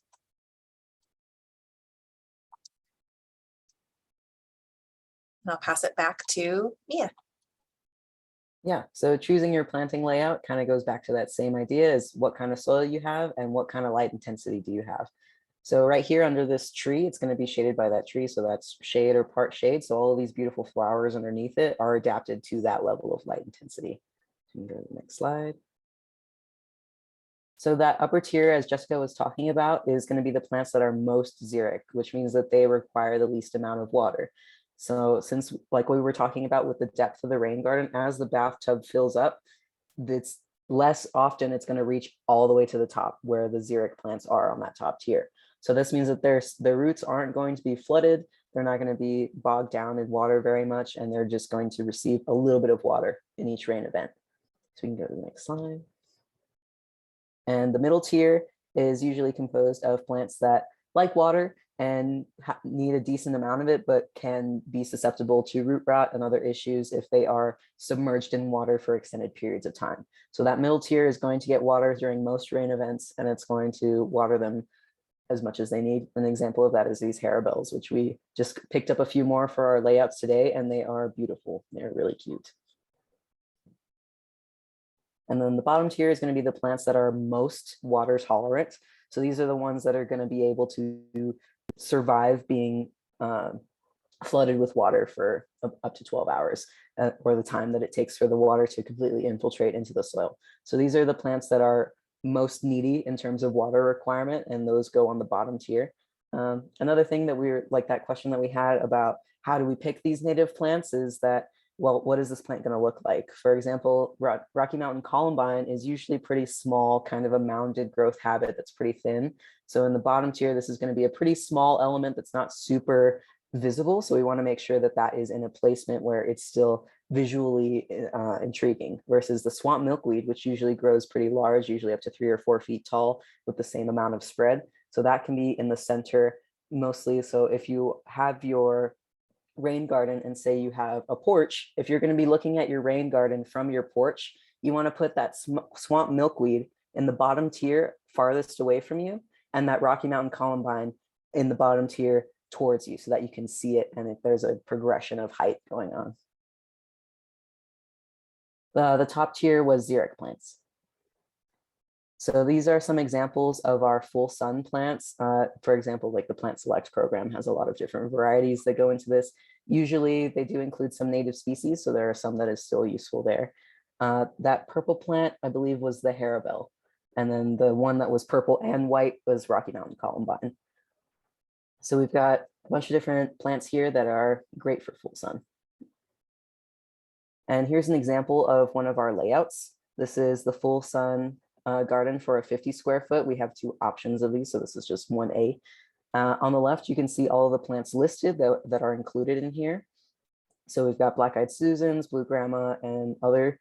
So you can see in the layout itself, in the little bean, as I like to call them, there is a darker area in the center, and that's where the deepest part of the garden is. So that's where the bathtub is at its flattest, at its deepest point. And right there in that deep section is where we have number 4, which is the butterfly weed, and number 3, which is blue flax, which both do well with that amount of water, versus on the outside, closer to the green outline of the garden, we've got blue grandma and yellow Indian grass, which don't need as much water. Same with desert 4 o'clock.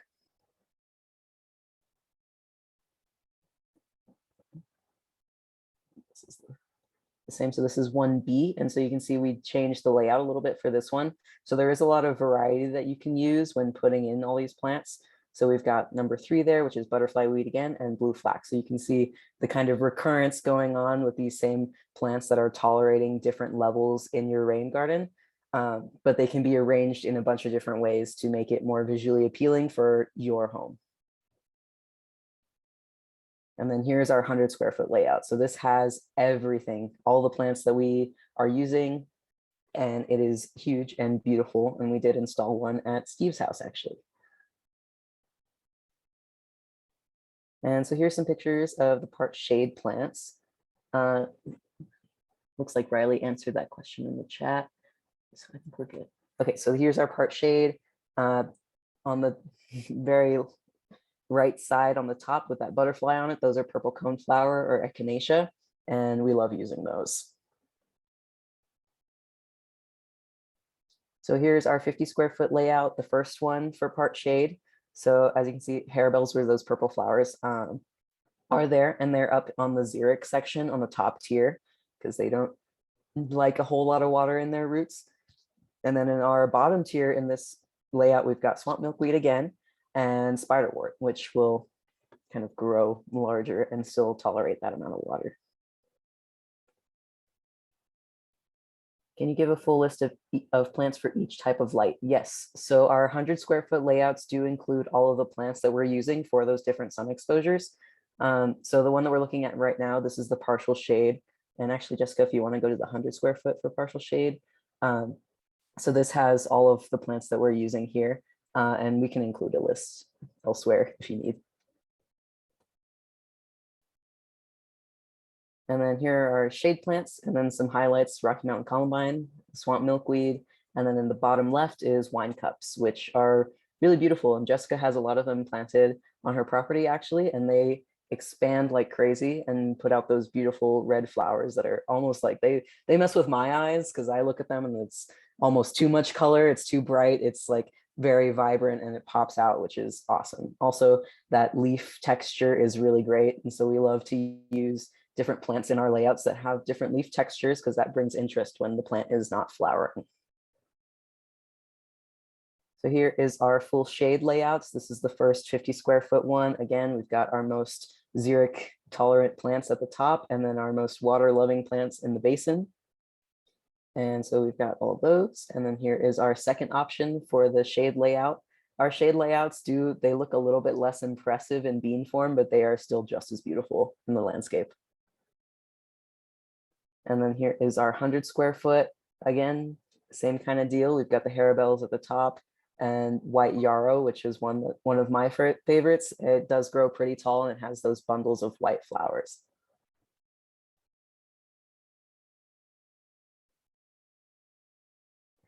So, is Riley back? Thank you, Mia. Yes. That was great. Okay, so before you start digging, you want to make sure that you have all the materials necessary. Like I said, you can use string or some sort of ribbon or even yard spray paint to mark the outline of, oh, thank you. Okay, hopefully you can see me now. Thank you for pointing that out. But yes, string or some sort of spray paint to mark the area of the rain garden. You can get a jar for your soils test if you're interested in that. You definitely need good gloves and a shovel, a wheelbarrow to dispose of any grass or turf or extra soil, compost to help amend the soil and give plants a little extra boost of nutrients, a level to make sure that the bottom of the rain garden is flat, some mulch to place on top, of course our native plants, and then you're going to need some cobbles or rocks to put at the entrance of the rain garden, so where the water is coming into the garden, to prevent excessive erosion. You'll need a hose to test the system, and we are supplying automatic irrigation timers and temporary irrigation for the folks that we are installing for, just to help them to remove the barrier of potentially forgetting to water. So if you are installing temporary drip irrigation, you'll need irrigation caps to cap off any irrigation heads, irrigation line with spaghetti and emitters, and a Y valve to install on your spigot. And I know that we just said we don't like weed barrier, but we are experimenting with a little bit of weed barrier on the outside of our rain gardens, so around the berm, to prevent any grass from sending shooters into the garden and taking over the garden with grass. So again, we are not putting the weed barrier on the bottom or in the basin of the rain garden.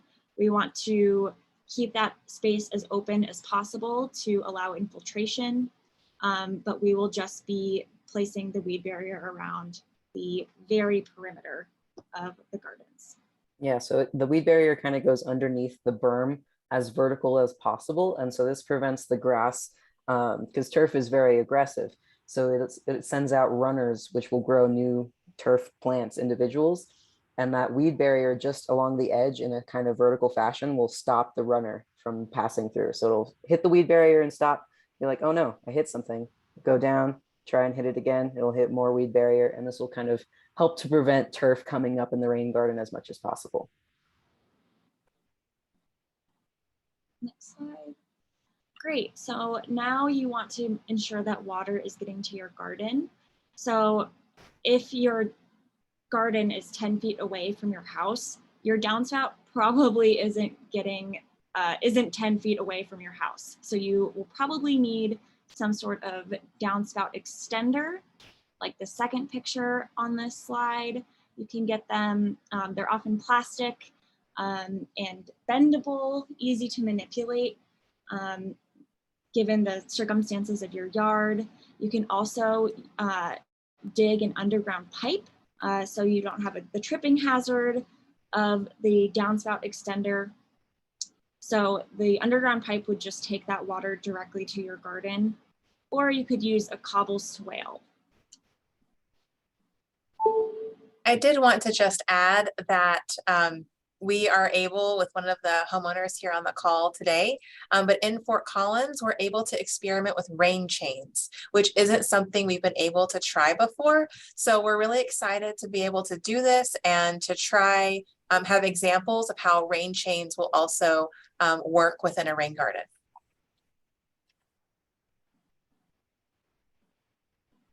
Okay, yes. As Mia mentioned, this step is crucial. Watering the rain garden the night before installation will help you so much. The soil will be a lot softer, and digging to the depth of your basin will be so much easier if the soil is nice and wet. Okay, next slide. Okay, it's installation day, the most exciting and best day ever. So you're going to reference the flags that you outlined earlier and just start digging the perimeter around those flags. So dig the perimeter around the flags, then you can take the flags out, and then you'll start to remove the turf or the top layer of vegetation.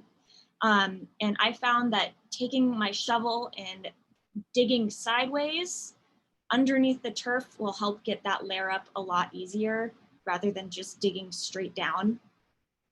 But you'll remove that top layer of vegetation, put it into your wheelbarrow, hopefully compost it if possible, or even there are ways to repurpose turf grass. It does require special machinery, but if that is something you're interested in, that's definitely a possibility. Okay, next slide.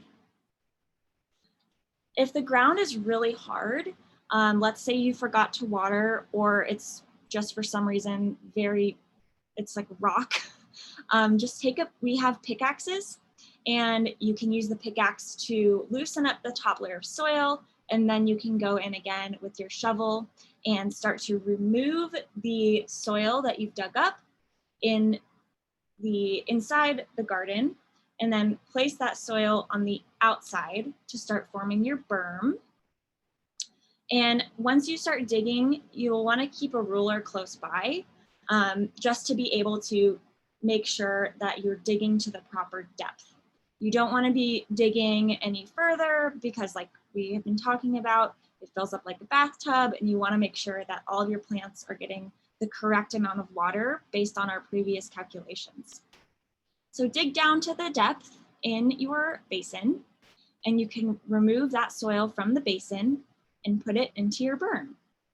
Once you have all of the soil moved to your berm, you start to what's called tamp it down.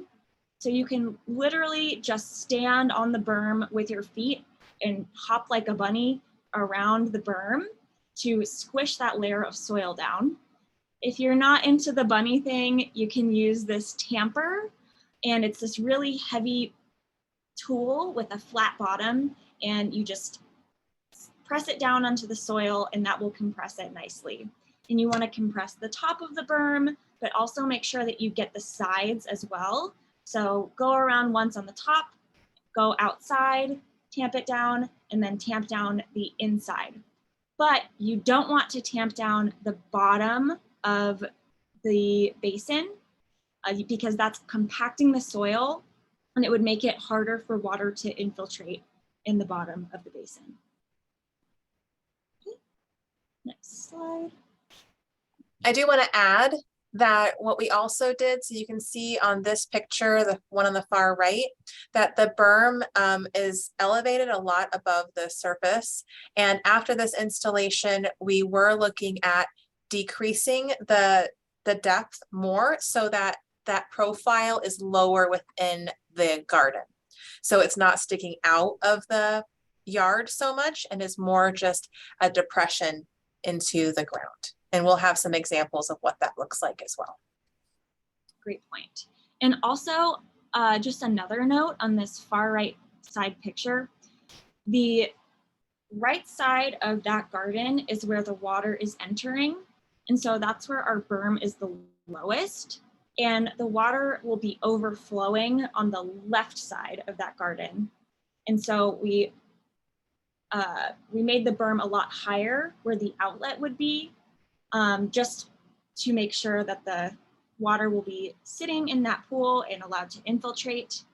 But also on that left side where the water is overflowing, we created a little depression into the berm to create a low point. So any extra water, let's say we had a huge rainstorm and it filled up the rain garden completely, extra water would be able to flow out from that garden.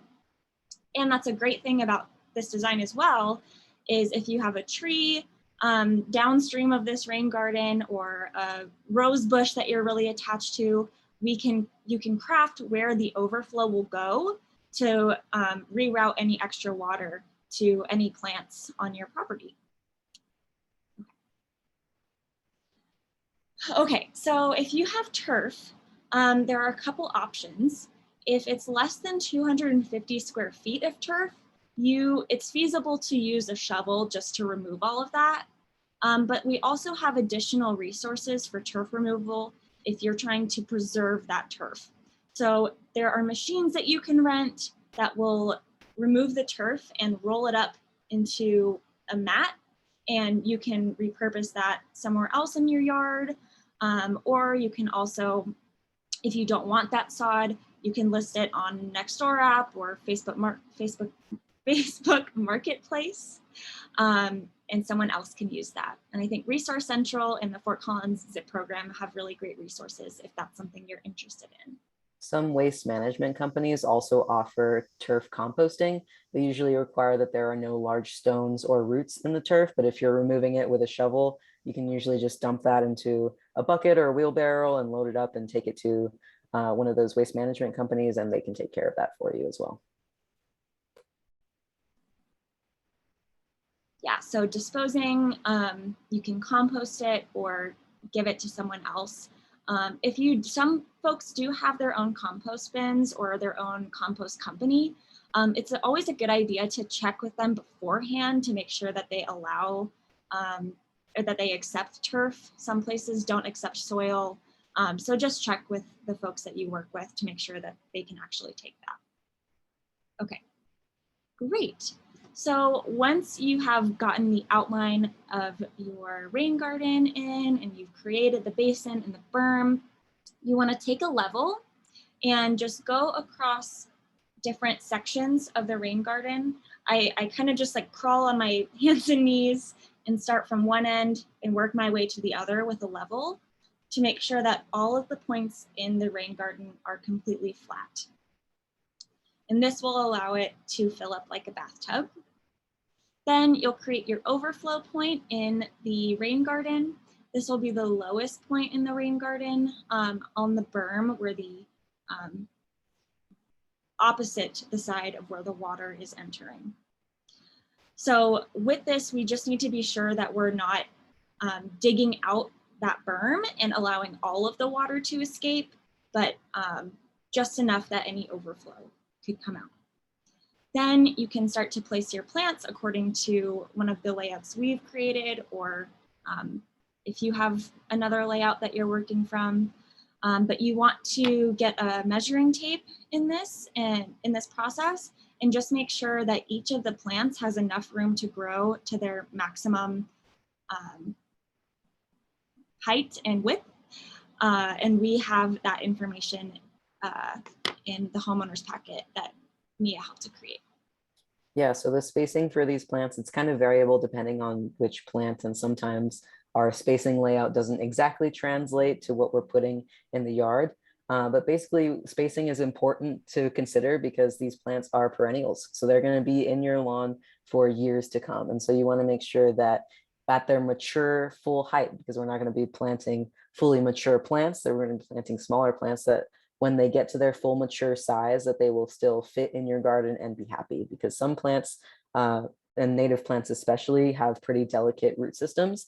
And usually there are at least a few plants in there who really don't like their roots having contact with other plant roots. So that's just something to consider and make a note of. If you're working off another layout or you're developing your own layout, just make sure to keep spacing in mind.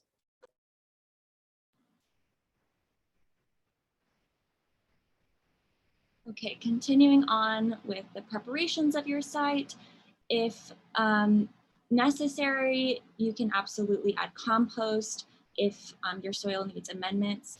What we've been doing is once we dig a hole for the plants, we take the soil from that hole and we mix that with a little bit of compost and then use that soil plus compost to replant or to plant the plant. And that's just giving the plant extra nutrients, but we're not distributing the compost throughout the entire garden to avoid giving any weeds that are in the system extra nutrients to grow. But as we've mentioned, we don't want to add too many amendments because the native plants really like native soils. And that compost ratio would be 1 handful of compost to 3 handfuls of native soil. And when you're planting those plants, a good rule of thumb is generally to dig a hole for that plant. Once you have your berm, basin, all of that kind of set up, you dig a hole to the same depth as the pot that the plant is currently in. So same depth, but 3 times as wide. So you want 3 times the circumference around the pot. And that allows you, with that soil that you bring out from that 3 times as wide measurement, that's where you mix in your compost and amend it and then plant your plant in there.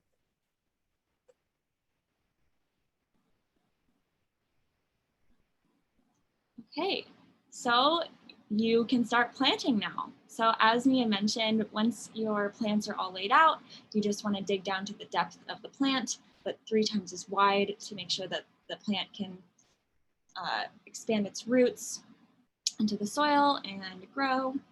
And then at your water entry point, you will have to place some rocks right below the downspout extender or whatever you're using. And this is because if you don't place rocks down, all of that water is coming right to one point and it's going to cause a lot of erosion. So you'll start to see a hole is being dug out of the soil, and then all of your work creating the basin with the flat bottom will be disrupted because it's no longer flat because of the erosion. So the rocks help to distribute the energy of the water and to let the water flow slowly and fill up the bottom like a sheet. So then once you've gotten all your plants in and you put in your rocks, you can start to test the system. And this is so fun. Jessica likes to call this rain garden painting, and it's definitely one of the most exciting parts of the process. So you'll get your hose and turn the water on and sling the hose over the gutter that will be feeding your rain garden. And it'll take a couple of seconds for the water to start flowing out of the downspout, but it will come, just be patient. And the water will start to flow in a sheet over the bottom of the garden.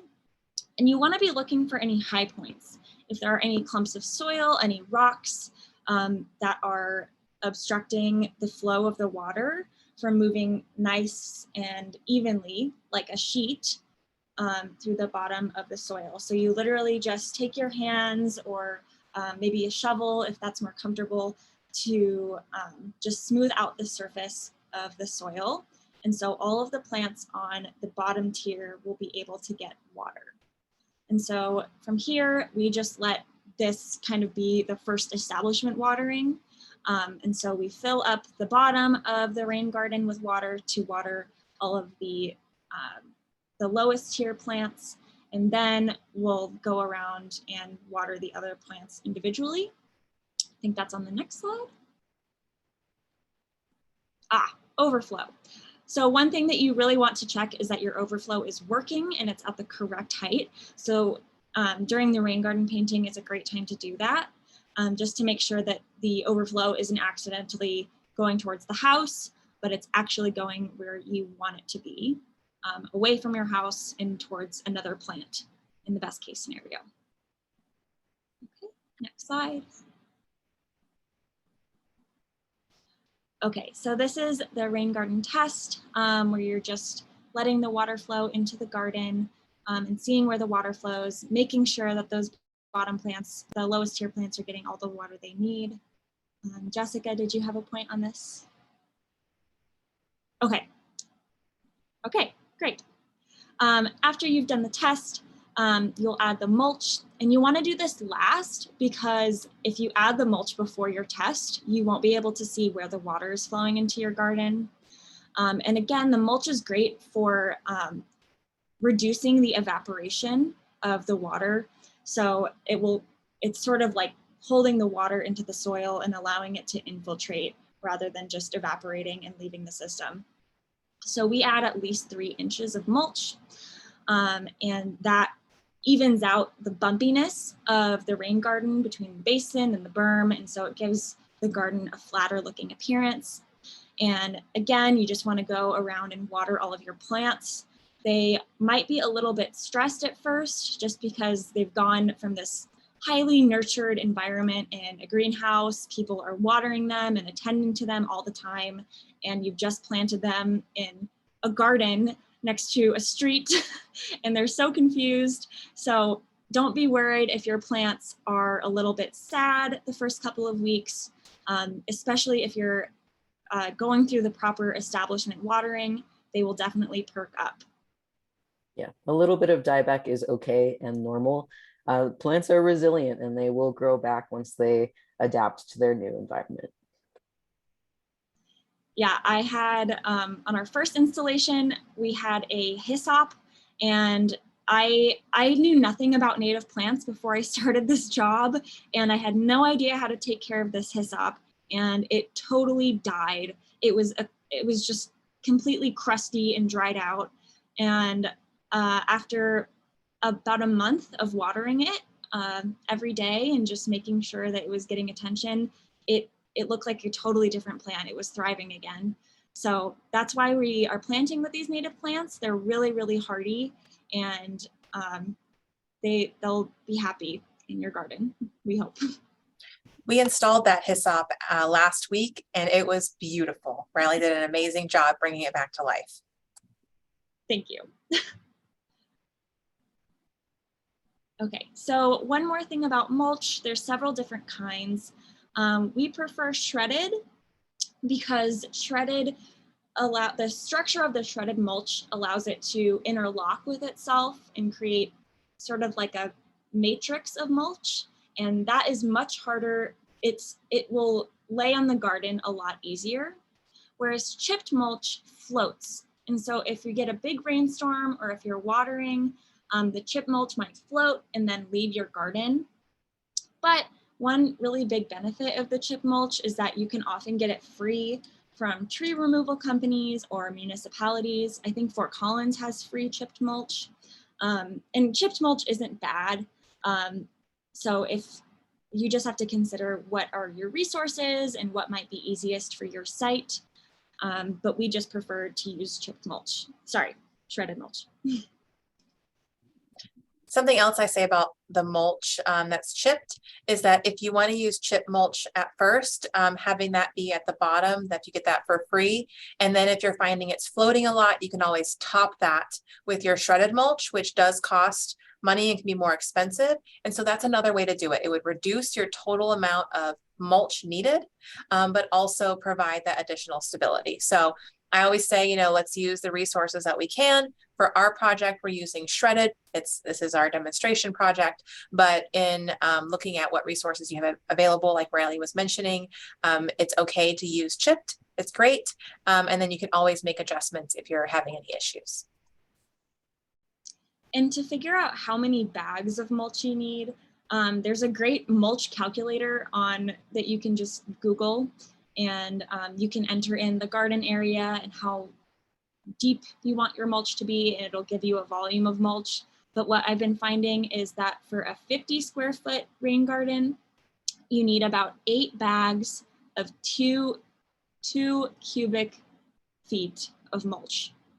So if you go to Home Depot, they will know what you're talking about. So for 50 square feet, 8 bags of 2 cubic feet of mulch. For 100 square foot, about 16 bags. Okay, so I know it's kind of hard to imagine building a rain garden when you're not actually doing it and you're looking at a computer screen, but hopefully that helped give you an idea of what the process is like. Do any of you have any questions?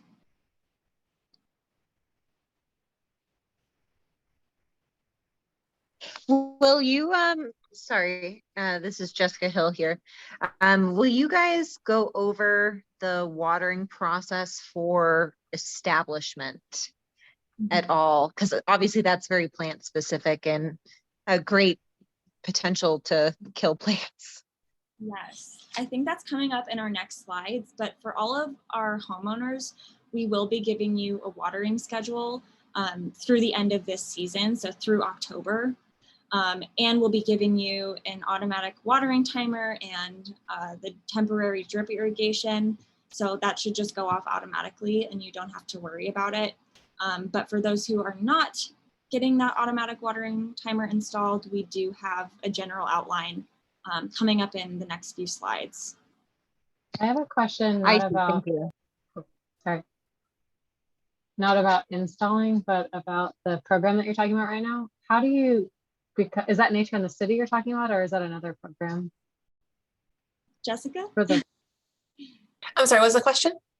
I was curious how you, she was talking about folks getting resources to put in rain gardens. How do you find information on that? Is that Nature in the City or is that another program? So well, the city of Fort Collins does have, it's called this Xeriscape Incentive Program. And so Okay. there are programs like that at different municipalities where rain gardens would qualify. And for the city of Fort Collins in particular, they offer you more of a rebate if you plant native plants. So rain gardens will get you double back. So, you know, rain gardens are really the answer to everything is what I'm trying to say. But for this program, our pilot project, you know, we recruited households to participate. Each of our program partners contributed a certain amount of funds to install a certain amount of rain gardens. So the city of Fort Collins sponsored 4 rain gardens. Yes, I'm checking my board over there. Sponsored 4 rain gardens. And so we recruited people to apply from all over the city of Fort Collins, and then had a matrix of how we kind of determined site suitability. And then at our next site, that's what we did as well. We received over 300 total applications for all of our sites. So, and we did not do, in some of our locations we could have promoted it more. So just what we have taken out from this project is that there is a need, there is an interest. And so by creating all of these materials and learning through installing of the pilot projects, we're able to hand homeowners the resources that they need and then connect them to where they could install them themselves or find people to help them do the installations. Oh, thank you. Of course. Was there another question?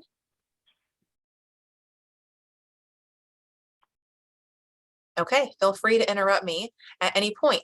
So thank you, Riley and Mia. I'm going to be taking over this section on examples of installations. So these were installations that I did in partnership with Groundwork Denver last year. And so what was neat is you can see the process and see how it looks. No 2 rain gardens are alike. They're like snowflakes, you know, and it's just really unique per site.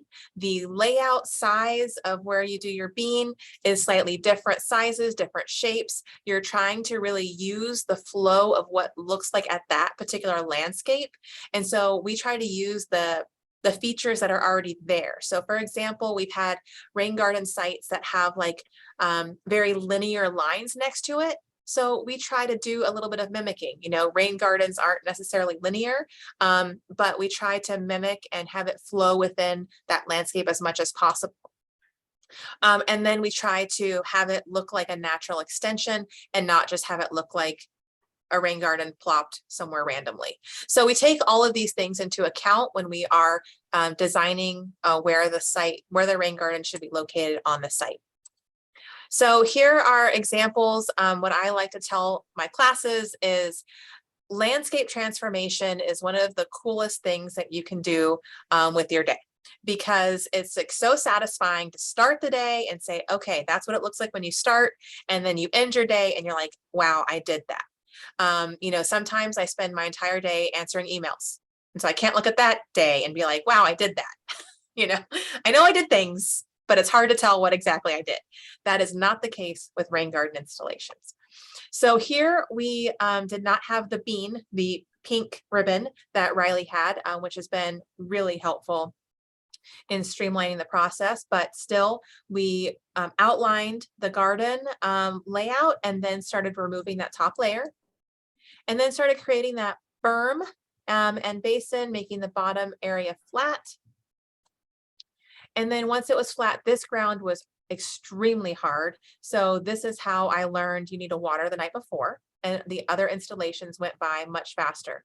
So with these pilot projects, I mean, we're learning so much, and we're able to incorporate that into what we give, the information we give to the homeowners, and what we'll be able to tell people at the end of this project. So we really appreciate the homeowners who are part of this project being willing to work with us as we learn, and we just really appreciate you being a part of this and being willing to experiment with us through this process. So then the plants are being laid out here. And then the ground was so hard that we had to water each hole before we planted in it. And so again, that is not what we want to be doing, and watering the night before is just a lot more helpful. But still at this site, you can see we place the erosion rocks, and then we'll start doing our rain garden painting. And you can really see water does not lie. It'll tell you where the high spots are and that where you can make the adjustment. It's very muddy, but it's very fun. So I hope you all get a chance to try rain garden painting. So that was a pretty, oh, and then here's the mulch. Again, we don't put mulch on until after our test because you can't see the water flowing if you have mulch on top of it. So mulch is like this really critical component, but during our test, we need to actually see the water. And so we put the mulch on afterwards. And here you can see in this picture, this is chipped mulch. So you can see how chipped mulch is the lightweight mulch, but it's also not uniform. This was someone who had a tree business. You can also get free mulch from them. They don't want to take it to be dumped, you know, at wherever they have to take it, usually to a place that will do create compost, I believe, or different kinds of mulch. But you can see that it's not uniform. It has like bits of leaves in it. And so it's not the same color. And so that is just the difference between some of the chipped and shredded mulch. So that site was pretty straightforward and similar to some of the other photos that we've taken and we've shown you through this presentation. But this site was a really cool learning opportunity. My son is actually in these pictures. So my son has installed a rain garden and he just really got after it the whole time. He's amazing. So with this particular site, I just need to get my pointer. So you can see right here what's happening. So here is the garage and the house that we were doing the installation at. We're using this downspout right here and then installing the rain garden right here. When I got on site, I noticed all of this really tall grass right here, very different size than this grass. And it didn't look like it had all been mowed. It was obvious that more water was flowing right here. Well, why is that? So we'll see that right in this picture. So the neighbor actually had a downspout that was all of the water was flowing exactly to where our rain garden was going to go. And then if you look at this one again, you can see that they were having issues with erosion. The water was undercutting underneath their driveway. And if left alone, the water would continue to undercut until this concrete cracked. So once again, rain gardens are solving all of the world's problems. What can I say? So what we decided to do with this was to help both neighbors. We're going to use double the amount of runoff. Potentially, we had to calculate that in as well, looking at that overhead shot, but really trying to build up this edge right here and solve this erosion problem. So what we did was we needed something to slow the water down. So we started using what we have on site. And this homeowner had these bricks. And so the way that they were structured so that the water would actually run through the bricks and slow down and disperse. And then we were going to build up that soil to help or to eliminate that erosion issue right at that driveway. But here we are still removing that top layer and then starting the creation of the berm and getting it to the correct depth. So what I really like about this example and what we have found through all of our projects is that you tend to learn more from when you do things wrong, you know, then you can say, don't do that. So I like this example because when I was helping them to install this garden, I said, okay, we have these bricks up here, but that's not going to slow the water down enough. This is a pretty steep slope. We need to put something else right here to help stabilize this slope. So as the water runs down, it won't create this erosion issue again. So I said, well, we have all of these little river rocks. Let's just put them there and see how that works. Well, it worked very poorly. And so we had to make an adjustment on site, but that is why you test, because then you can see and what you need to do differently. What is so amazing about rainwater harvesting too is that it's all based on observation. It's what one person can do by hand. So yes, it goes faster with more people, but one person could do it. I think it's so empowering. You don't need heavy equipment. You can just get out there with a shovel and transform your landscape. And then it's not super expensive to fix. So if you notice there is something that needs to be altered, you can make that adjustment. I made this adjustment right then. So you can see here, we started planting the plants, laying them out and digging them in. And then we hadn't learned yet that this was a terrible mistake with the river rocks. And so you'll see that in the final picture, that adjustment. But here we're doing the test, filling it up like a bathtub. And then here, this is what we ended up putting in here. So it was flagstone because it had that larger surface area. And so it wasn't creating those rivulets. It was creating erosion almost immediately with the river rock. And so those flagstone pieces really helped mitigate that erosion issue and stabilize that slope.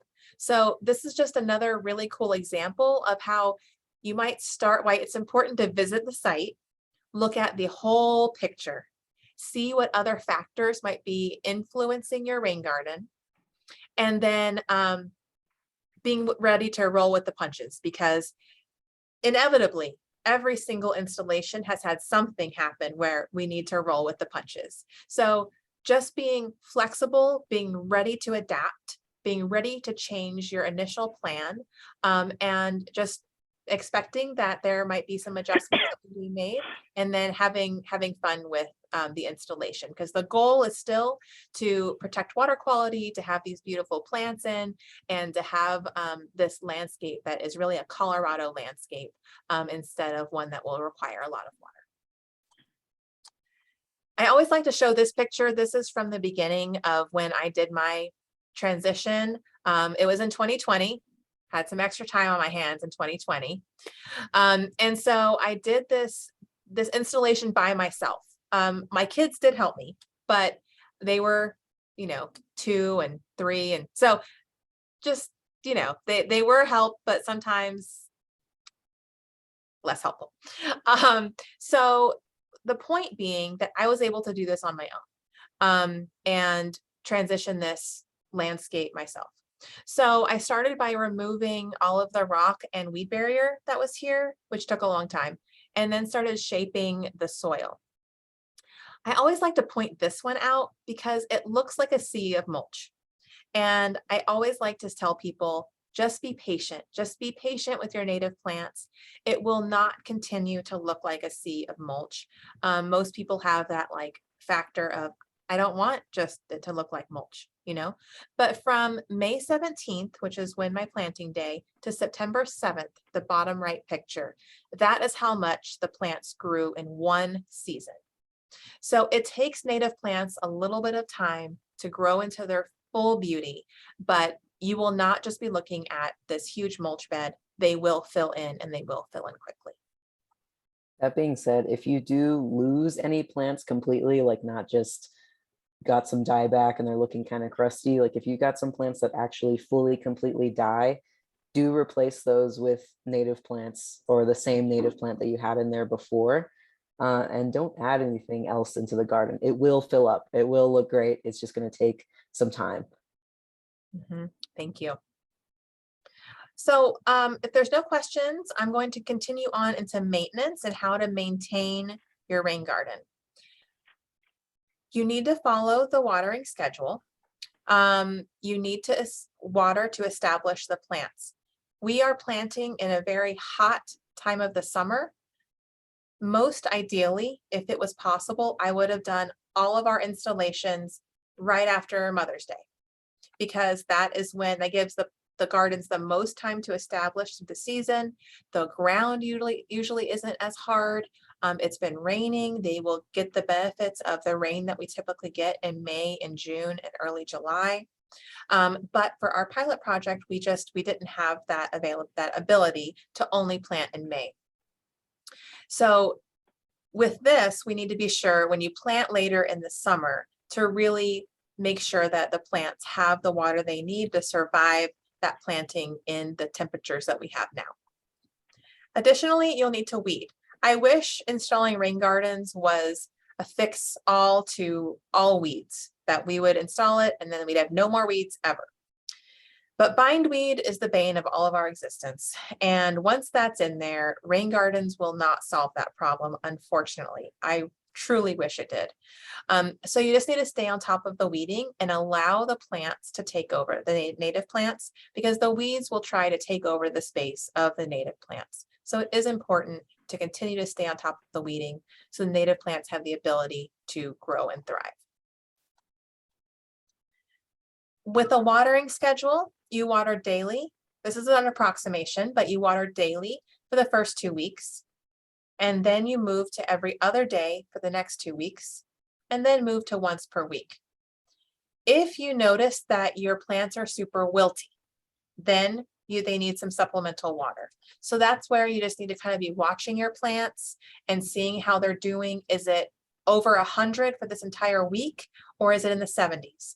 All of those factors will really impact how your plants look. And did it rain this week? Did it not rain this week? So even though we have a watering schedule, we can't predict the weather and what that will do. So you do need to just check in on them and see how they're doing. After they're established, it takes about 2 to 3 years to establish. Then ideally, they will only need supplemental water during very dry spells. So again, just go out, check on your rain gardens, and if they are looking really good and healthy, then you can wait, and you can also do a test. And I know that Mia probably has better, actually the soil, when you stick your finger in, Mia, could you provide more about that?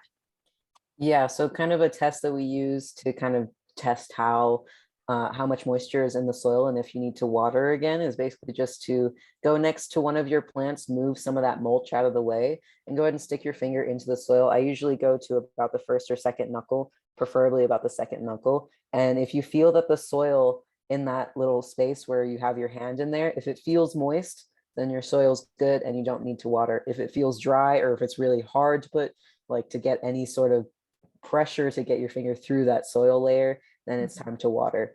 And that's just kind of one of those things. Your rain garden during its establishment is kind of like a new pet. So you want to be involved and like looking at your garden and checking to see how your plants are doing individually and as a group, and just kind of checking on how they're doing and being involved in that kind of watering, weeding, pest control aspect. Thank you. Speaking of pest control, I had terrible grasshoppers this year that really got into a lot of my plants. So it can vary from year to year as well on kind of what your garden looks like. And I really hope I don't have another year with grasshoppers the way I did this year. So this schedule is one that Riley put together. This is what all of the homeowners will be receiving. They will have a picture of when the rain garden was planted, and then it'll show what your watering schedule will be through October. We will be using, initially we hadn't planned on providing any irrigation, but again, for the pilot project, we really need to be sure, like if this plant died, is it because the plant wasn't suitable right there, or was it because it wasn't being watered? And so we decided that it would be really helpful to have automatic timers just to ensure that the correct amount of water was being applied to the plants. And so we are using these Rainbird timers, which are really easy to program. Even I could do it. And so we'll be providing instructions for the homeowners on how to change when your watering schedule goes from every day to every other day, we'll be providing instructions for them to go ahead and make those changes. But we are setting it up for everyone initially so that it's ready to go for the everyday watering. We're also getting this irrigation tubing and emitters and spaghetti line. What has been neat for our project so far is that we've had some student groups work with us, and they've gotten to learn about irrigation, which is a highly transferable skill, and that they can do it. They can install irrigation. Now they know what to look for, what it means, and why drip irrigation is a lot more efficient than spray. So those are all things that as part of this education, we've been able to impart, which has been neat.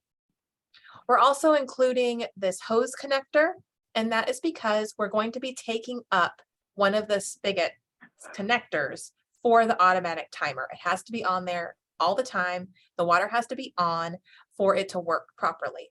So with this wide splitter, it allows the homeowner to still use their spigot for something else if they need to, while maintaining that one side can be used for the automatic timer only.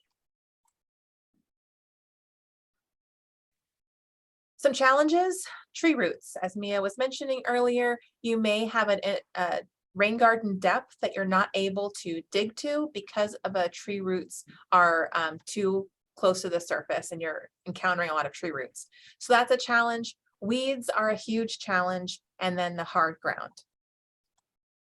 Something else with weeds is that we're removing that top layer of soil.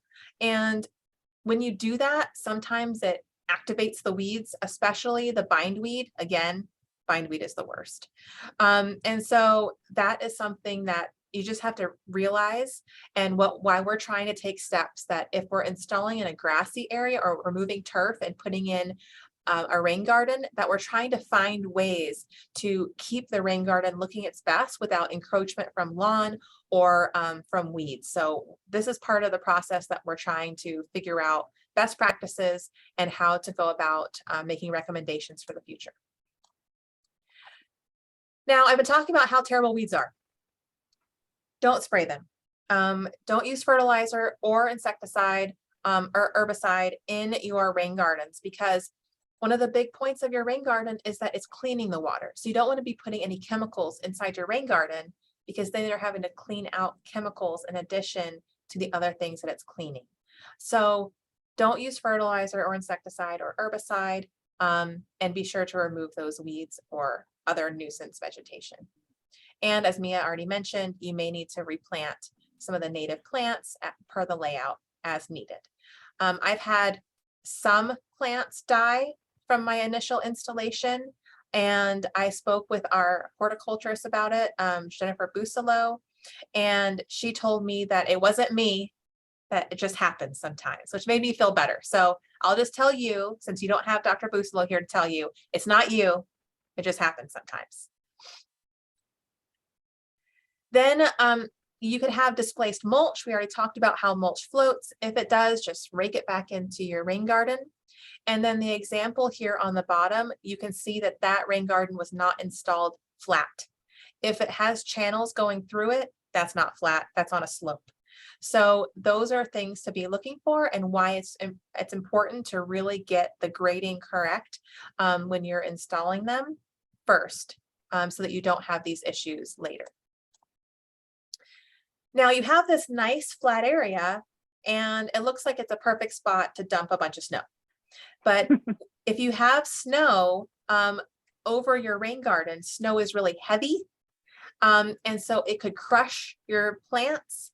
It could also be really dirty. So probably not to this level at your home, but if you're salting your walkway and then you're scraping off that snow and you put that salted snow on top of your rain garden, now you're adding in salt or potentially de-icer or something else like that into your rain garden, which will be detrimental to your vegetation and may cause it to die.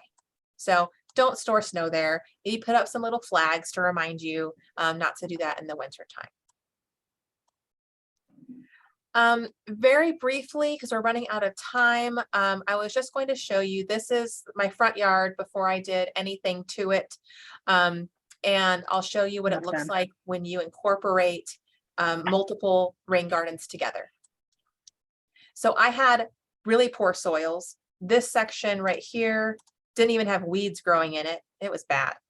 So I wanted to include more biodiversity. My whole property slopes that way, and that's why I was having that pooling at the bottom that Riley showed earlier. So I wanted to do something higher in the watershed to slow the water down and infiltrate it. I also had very low plant diversity. It was mostly weeds and this random, vegetation that would show up sometimes. So I wanted to create this oasis and this wildlife pollinator habitat and use the rainwater harvesting strategies and focus specifically on native plants. I actually received a grant from Nature in the City to make this installation back in 2020. So thank you again. So they do offer grants to homeowners as well. And if you're interested in that, I'm sure Christy can provide you with a lot more information after the training today. So what I first started doing was creating these little mini basins around my trees. And then in rainwater harvesting, what's really cool is that you have this basin and you have this berm, and the berm is a higher point of soil. And when you're connecting them together, what you could do is use that higher point as a walkway. So what I started doing here was starting to create that walkway.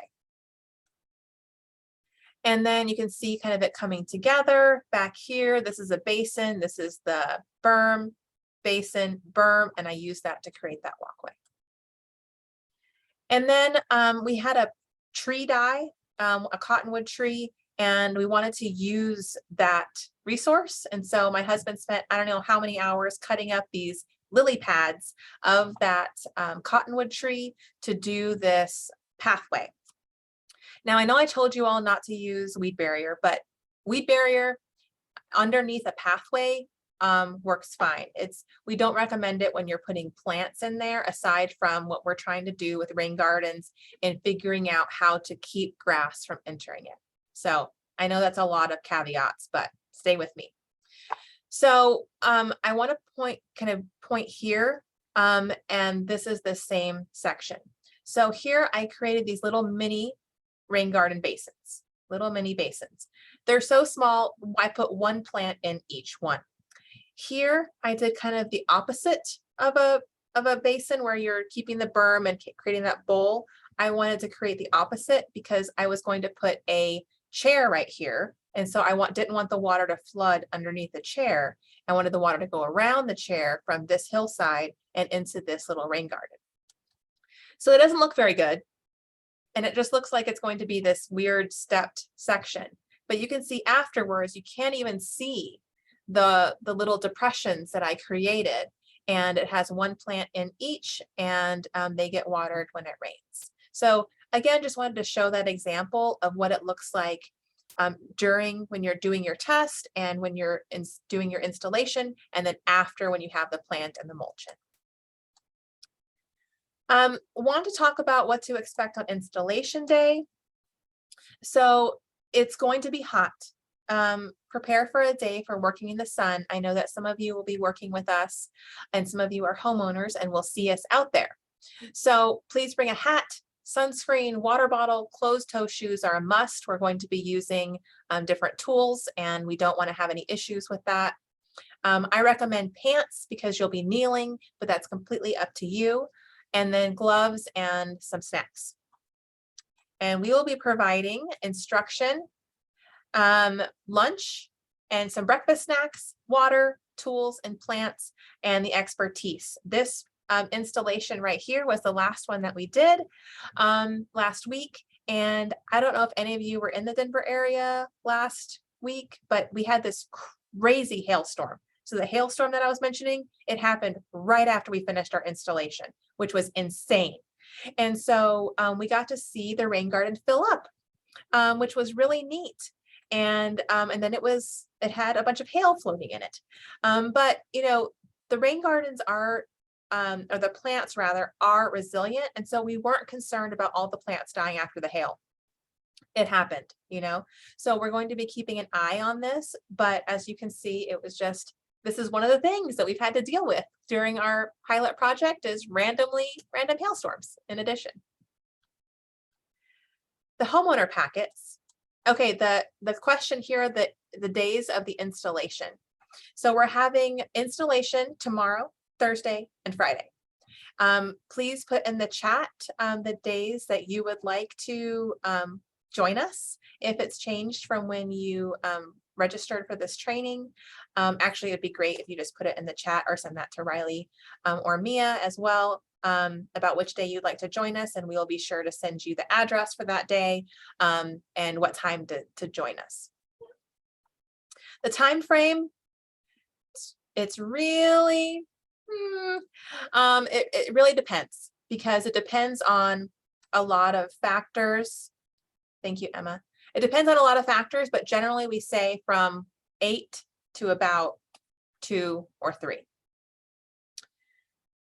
The reminders that homeowners will receive are the weekly watering schedule reminders. Thank you, Mia, for including that in the chat. The weeding reminders. And then we would love to have text messaged pictures, or pictures rather, taken when it's raining, so we can see the gardens full of water and working. Like, I can't even tell you how excited I get by seeing rain gardens full of water.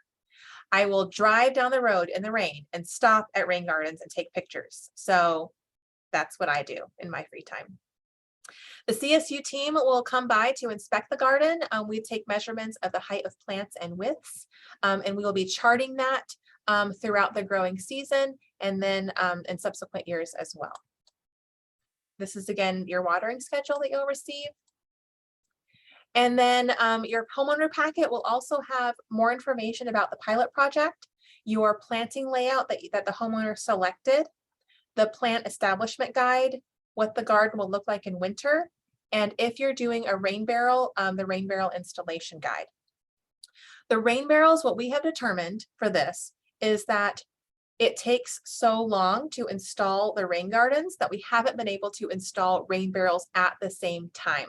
So we are going to separate those two and install rain barrels at a later date. Because the rain gardens can be installed in the winter. You just winterize them at the same time, but the rain gardens cannot be installed in the winter. So rain barrels can be installed in the winter, rain gardens cannot. So that's what's been affecting our timing. Any questions?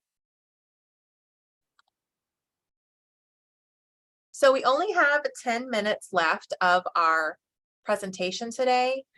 So what we're going to do is send you the link to the exam if you would like to take the exam. It's a pretty quick exam, but I won't allow time right now for it.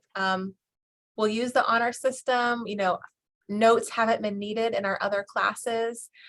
We say it's generally closed book. We've had people finish it in under 30 minutes. And so we will send it all out with the presentation slides, a link to take the exam, and then there's homework. So the homework is the written part of the exam, and it's really walking through each step to identifying a rain garden at your house. Where could you put it? Where are the downspouts? What is your catchment area?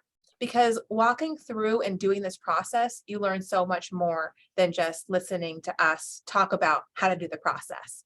And it might give you some ideas on where your next one could be. So if you're a homeowner and receiving one already, maybe this would be an opportunity to have one in your backyard potentially. So, so that is the exercise. We'll be sending that out to you with more information about that. Any questions on that? And then we will score it. You need to receive an 80% or above to be certified. And then you also need to attend an installation if you want to be certified, because that hands-on experience is just so valuable. So if you are interested, or if you have other people who are interested in being certified, we will send out this recording as well. There's an English recording and a Spanish recording. And then they can contact us to take the exam and turn in the homework and then attend one of our upcoming installations. If you can't attend any of our installations this week, we have a lot of other installations coming up. So please reach out to the team to see when you could potentially join us. There will be other locations. So we're completing our 3 Fort Collins locations this week. But next week is Wellington. And then we also will have Greeley installations, and then Windsor, Loveland, and Longmont, and one Denver location. So we would love, love, love help. So spread the word, invite your friends, and it'll be a great day of rain garden installations. Thank you, guys. Thank you all so much for sharing your evening with us and Yeah, thank you learning so more much. about rain gardens. I'm sorry, did you have a question? Nope, just another thank you. Oh, Great job. Thank you. Thank you very much. And please reach out if you have any questions once again, but you will be hearing from all of us very soon. Will we get to see all three of you at the installation days? Oh, yes. Okay, good. And our program is really about training the trainers. And so Mia and Riley, through their work this summer and earlier in the springtime, they are now leading the installations, and I'm there just for support. So it's really great to see all of that knowledge and come together, and all of the different scenarios and how different people would choose, like, why a rain garden layout there? Why this location? Why this shape? How can we incorporate, more into the existing landscape?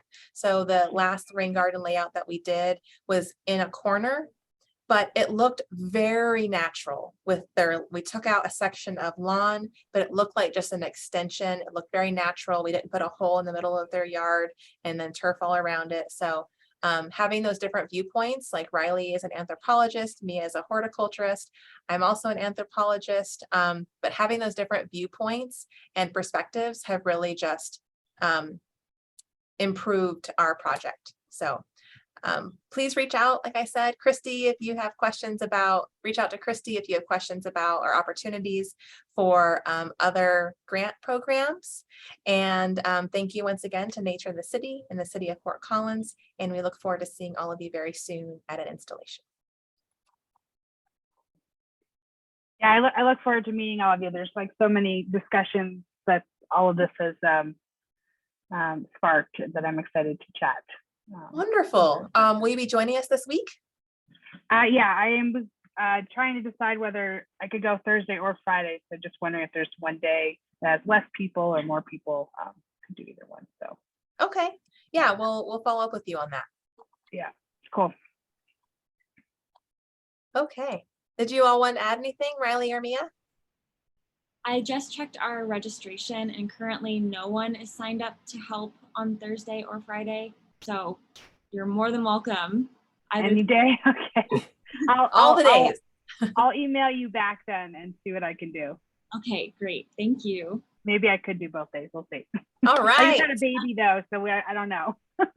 Got to check with the husband. Bring the baby. Right? We would actually love to see the baby. But anyway, though, that would be great. Any help would be great. Yeah, all right, this everyone. project has been super great. I've learned so much through this, and I will say, like, the homework really does actually help. Like, it seems a little abstract to go through it in a presentation, but actually going through the steps and like looking at it makes it make so much sense. And it's like, wow, actually, this isn't as complicated as I thought it would be. This is actually super easy. So pass the knowledge on. Anyone can do it. Well, y'all take care. We'll be in touch soon. Thank you. Hey, Steve, could you stay on for a moment?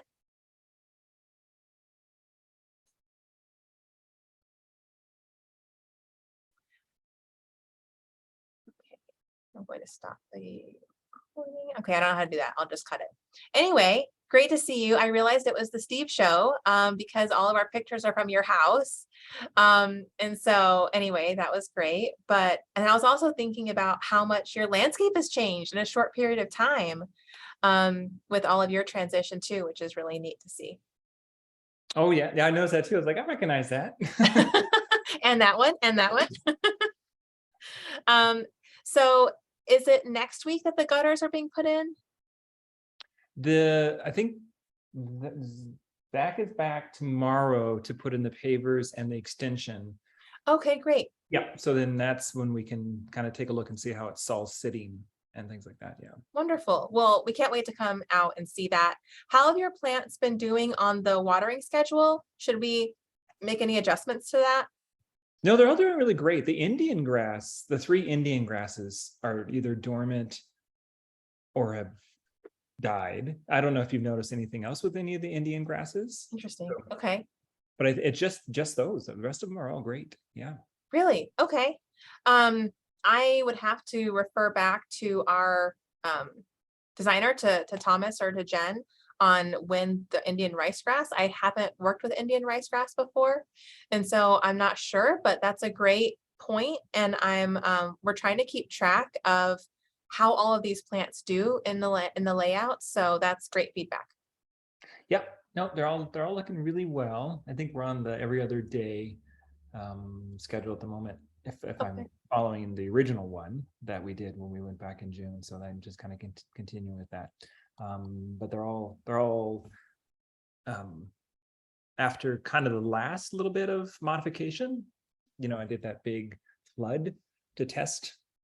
I actually really like that. So because they haven't really, you know, because we don't have the gutters, so they haven't been getting their nice little inundation that they would get. So they usually get the manual one. So we did that when I flooded it to test the modification. They really like that, and they kind of really came back and have been blooming, kind of growing extra hard from there. So That's really cool to hear. Well, if you have, once the gutters are installed, if you have a rain event, we would love to see those pictures of it full. yeah, I think that's just looking through this training, and we might have to do a little bit of modification on the inlet. But I'll keep an eye on that, because I think it might be a little low coming into the gutters, but since we haven't finished that area yet, that's something I'll keep an eye on. Okay. Yeah. Good. And Great. then- Well, thank you for attending today. It was wonderful to have you as a part of this, and just let us know when we can come out and see after the gutters are installed. We have a lot of installations the next 3 weeks, but we for sure want to get out there to see your site. Oh, for sure. Yeah. You had a nice big rain event a couple days ago, didn't we? That was pretty exciting. Yes. I did not have gutters then. That would have been really good, but you know. For the future ones, you'll have them. So. Yeah, for sure. Exactly. Yeah. And good to see you both. How's it going? I've been extra. I noticed all the little modifications that you've learned from the first one as you've been moving through. So that's really exciting. We really have. Each one we learned something, which is really cool. So. Excellent. Yay. Okay, good. All right. Well, thanks, Steve. We'll be talking to you soon, and have a great rest of your night. Okay, you too. Bye. Okay, bye. So see y'all tomorrow at 8. Okay. Oh, did y'all do, okay, so we moved the location of Megan's rain garden. Yes. Okay. Did we do a roof line calculation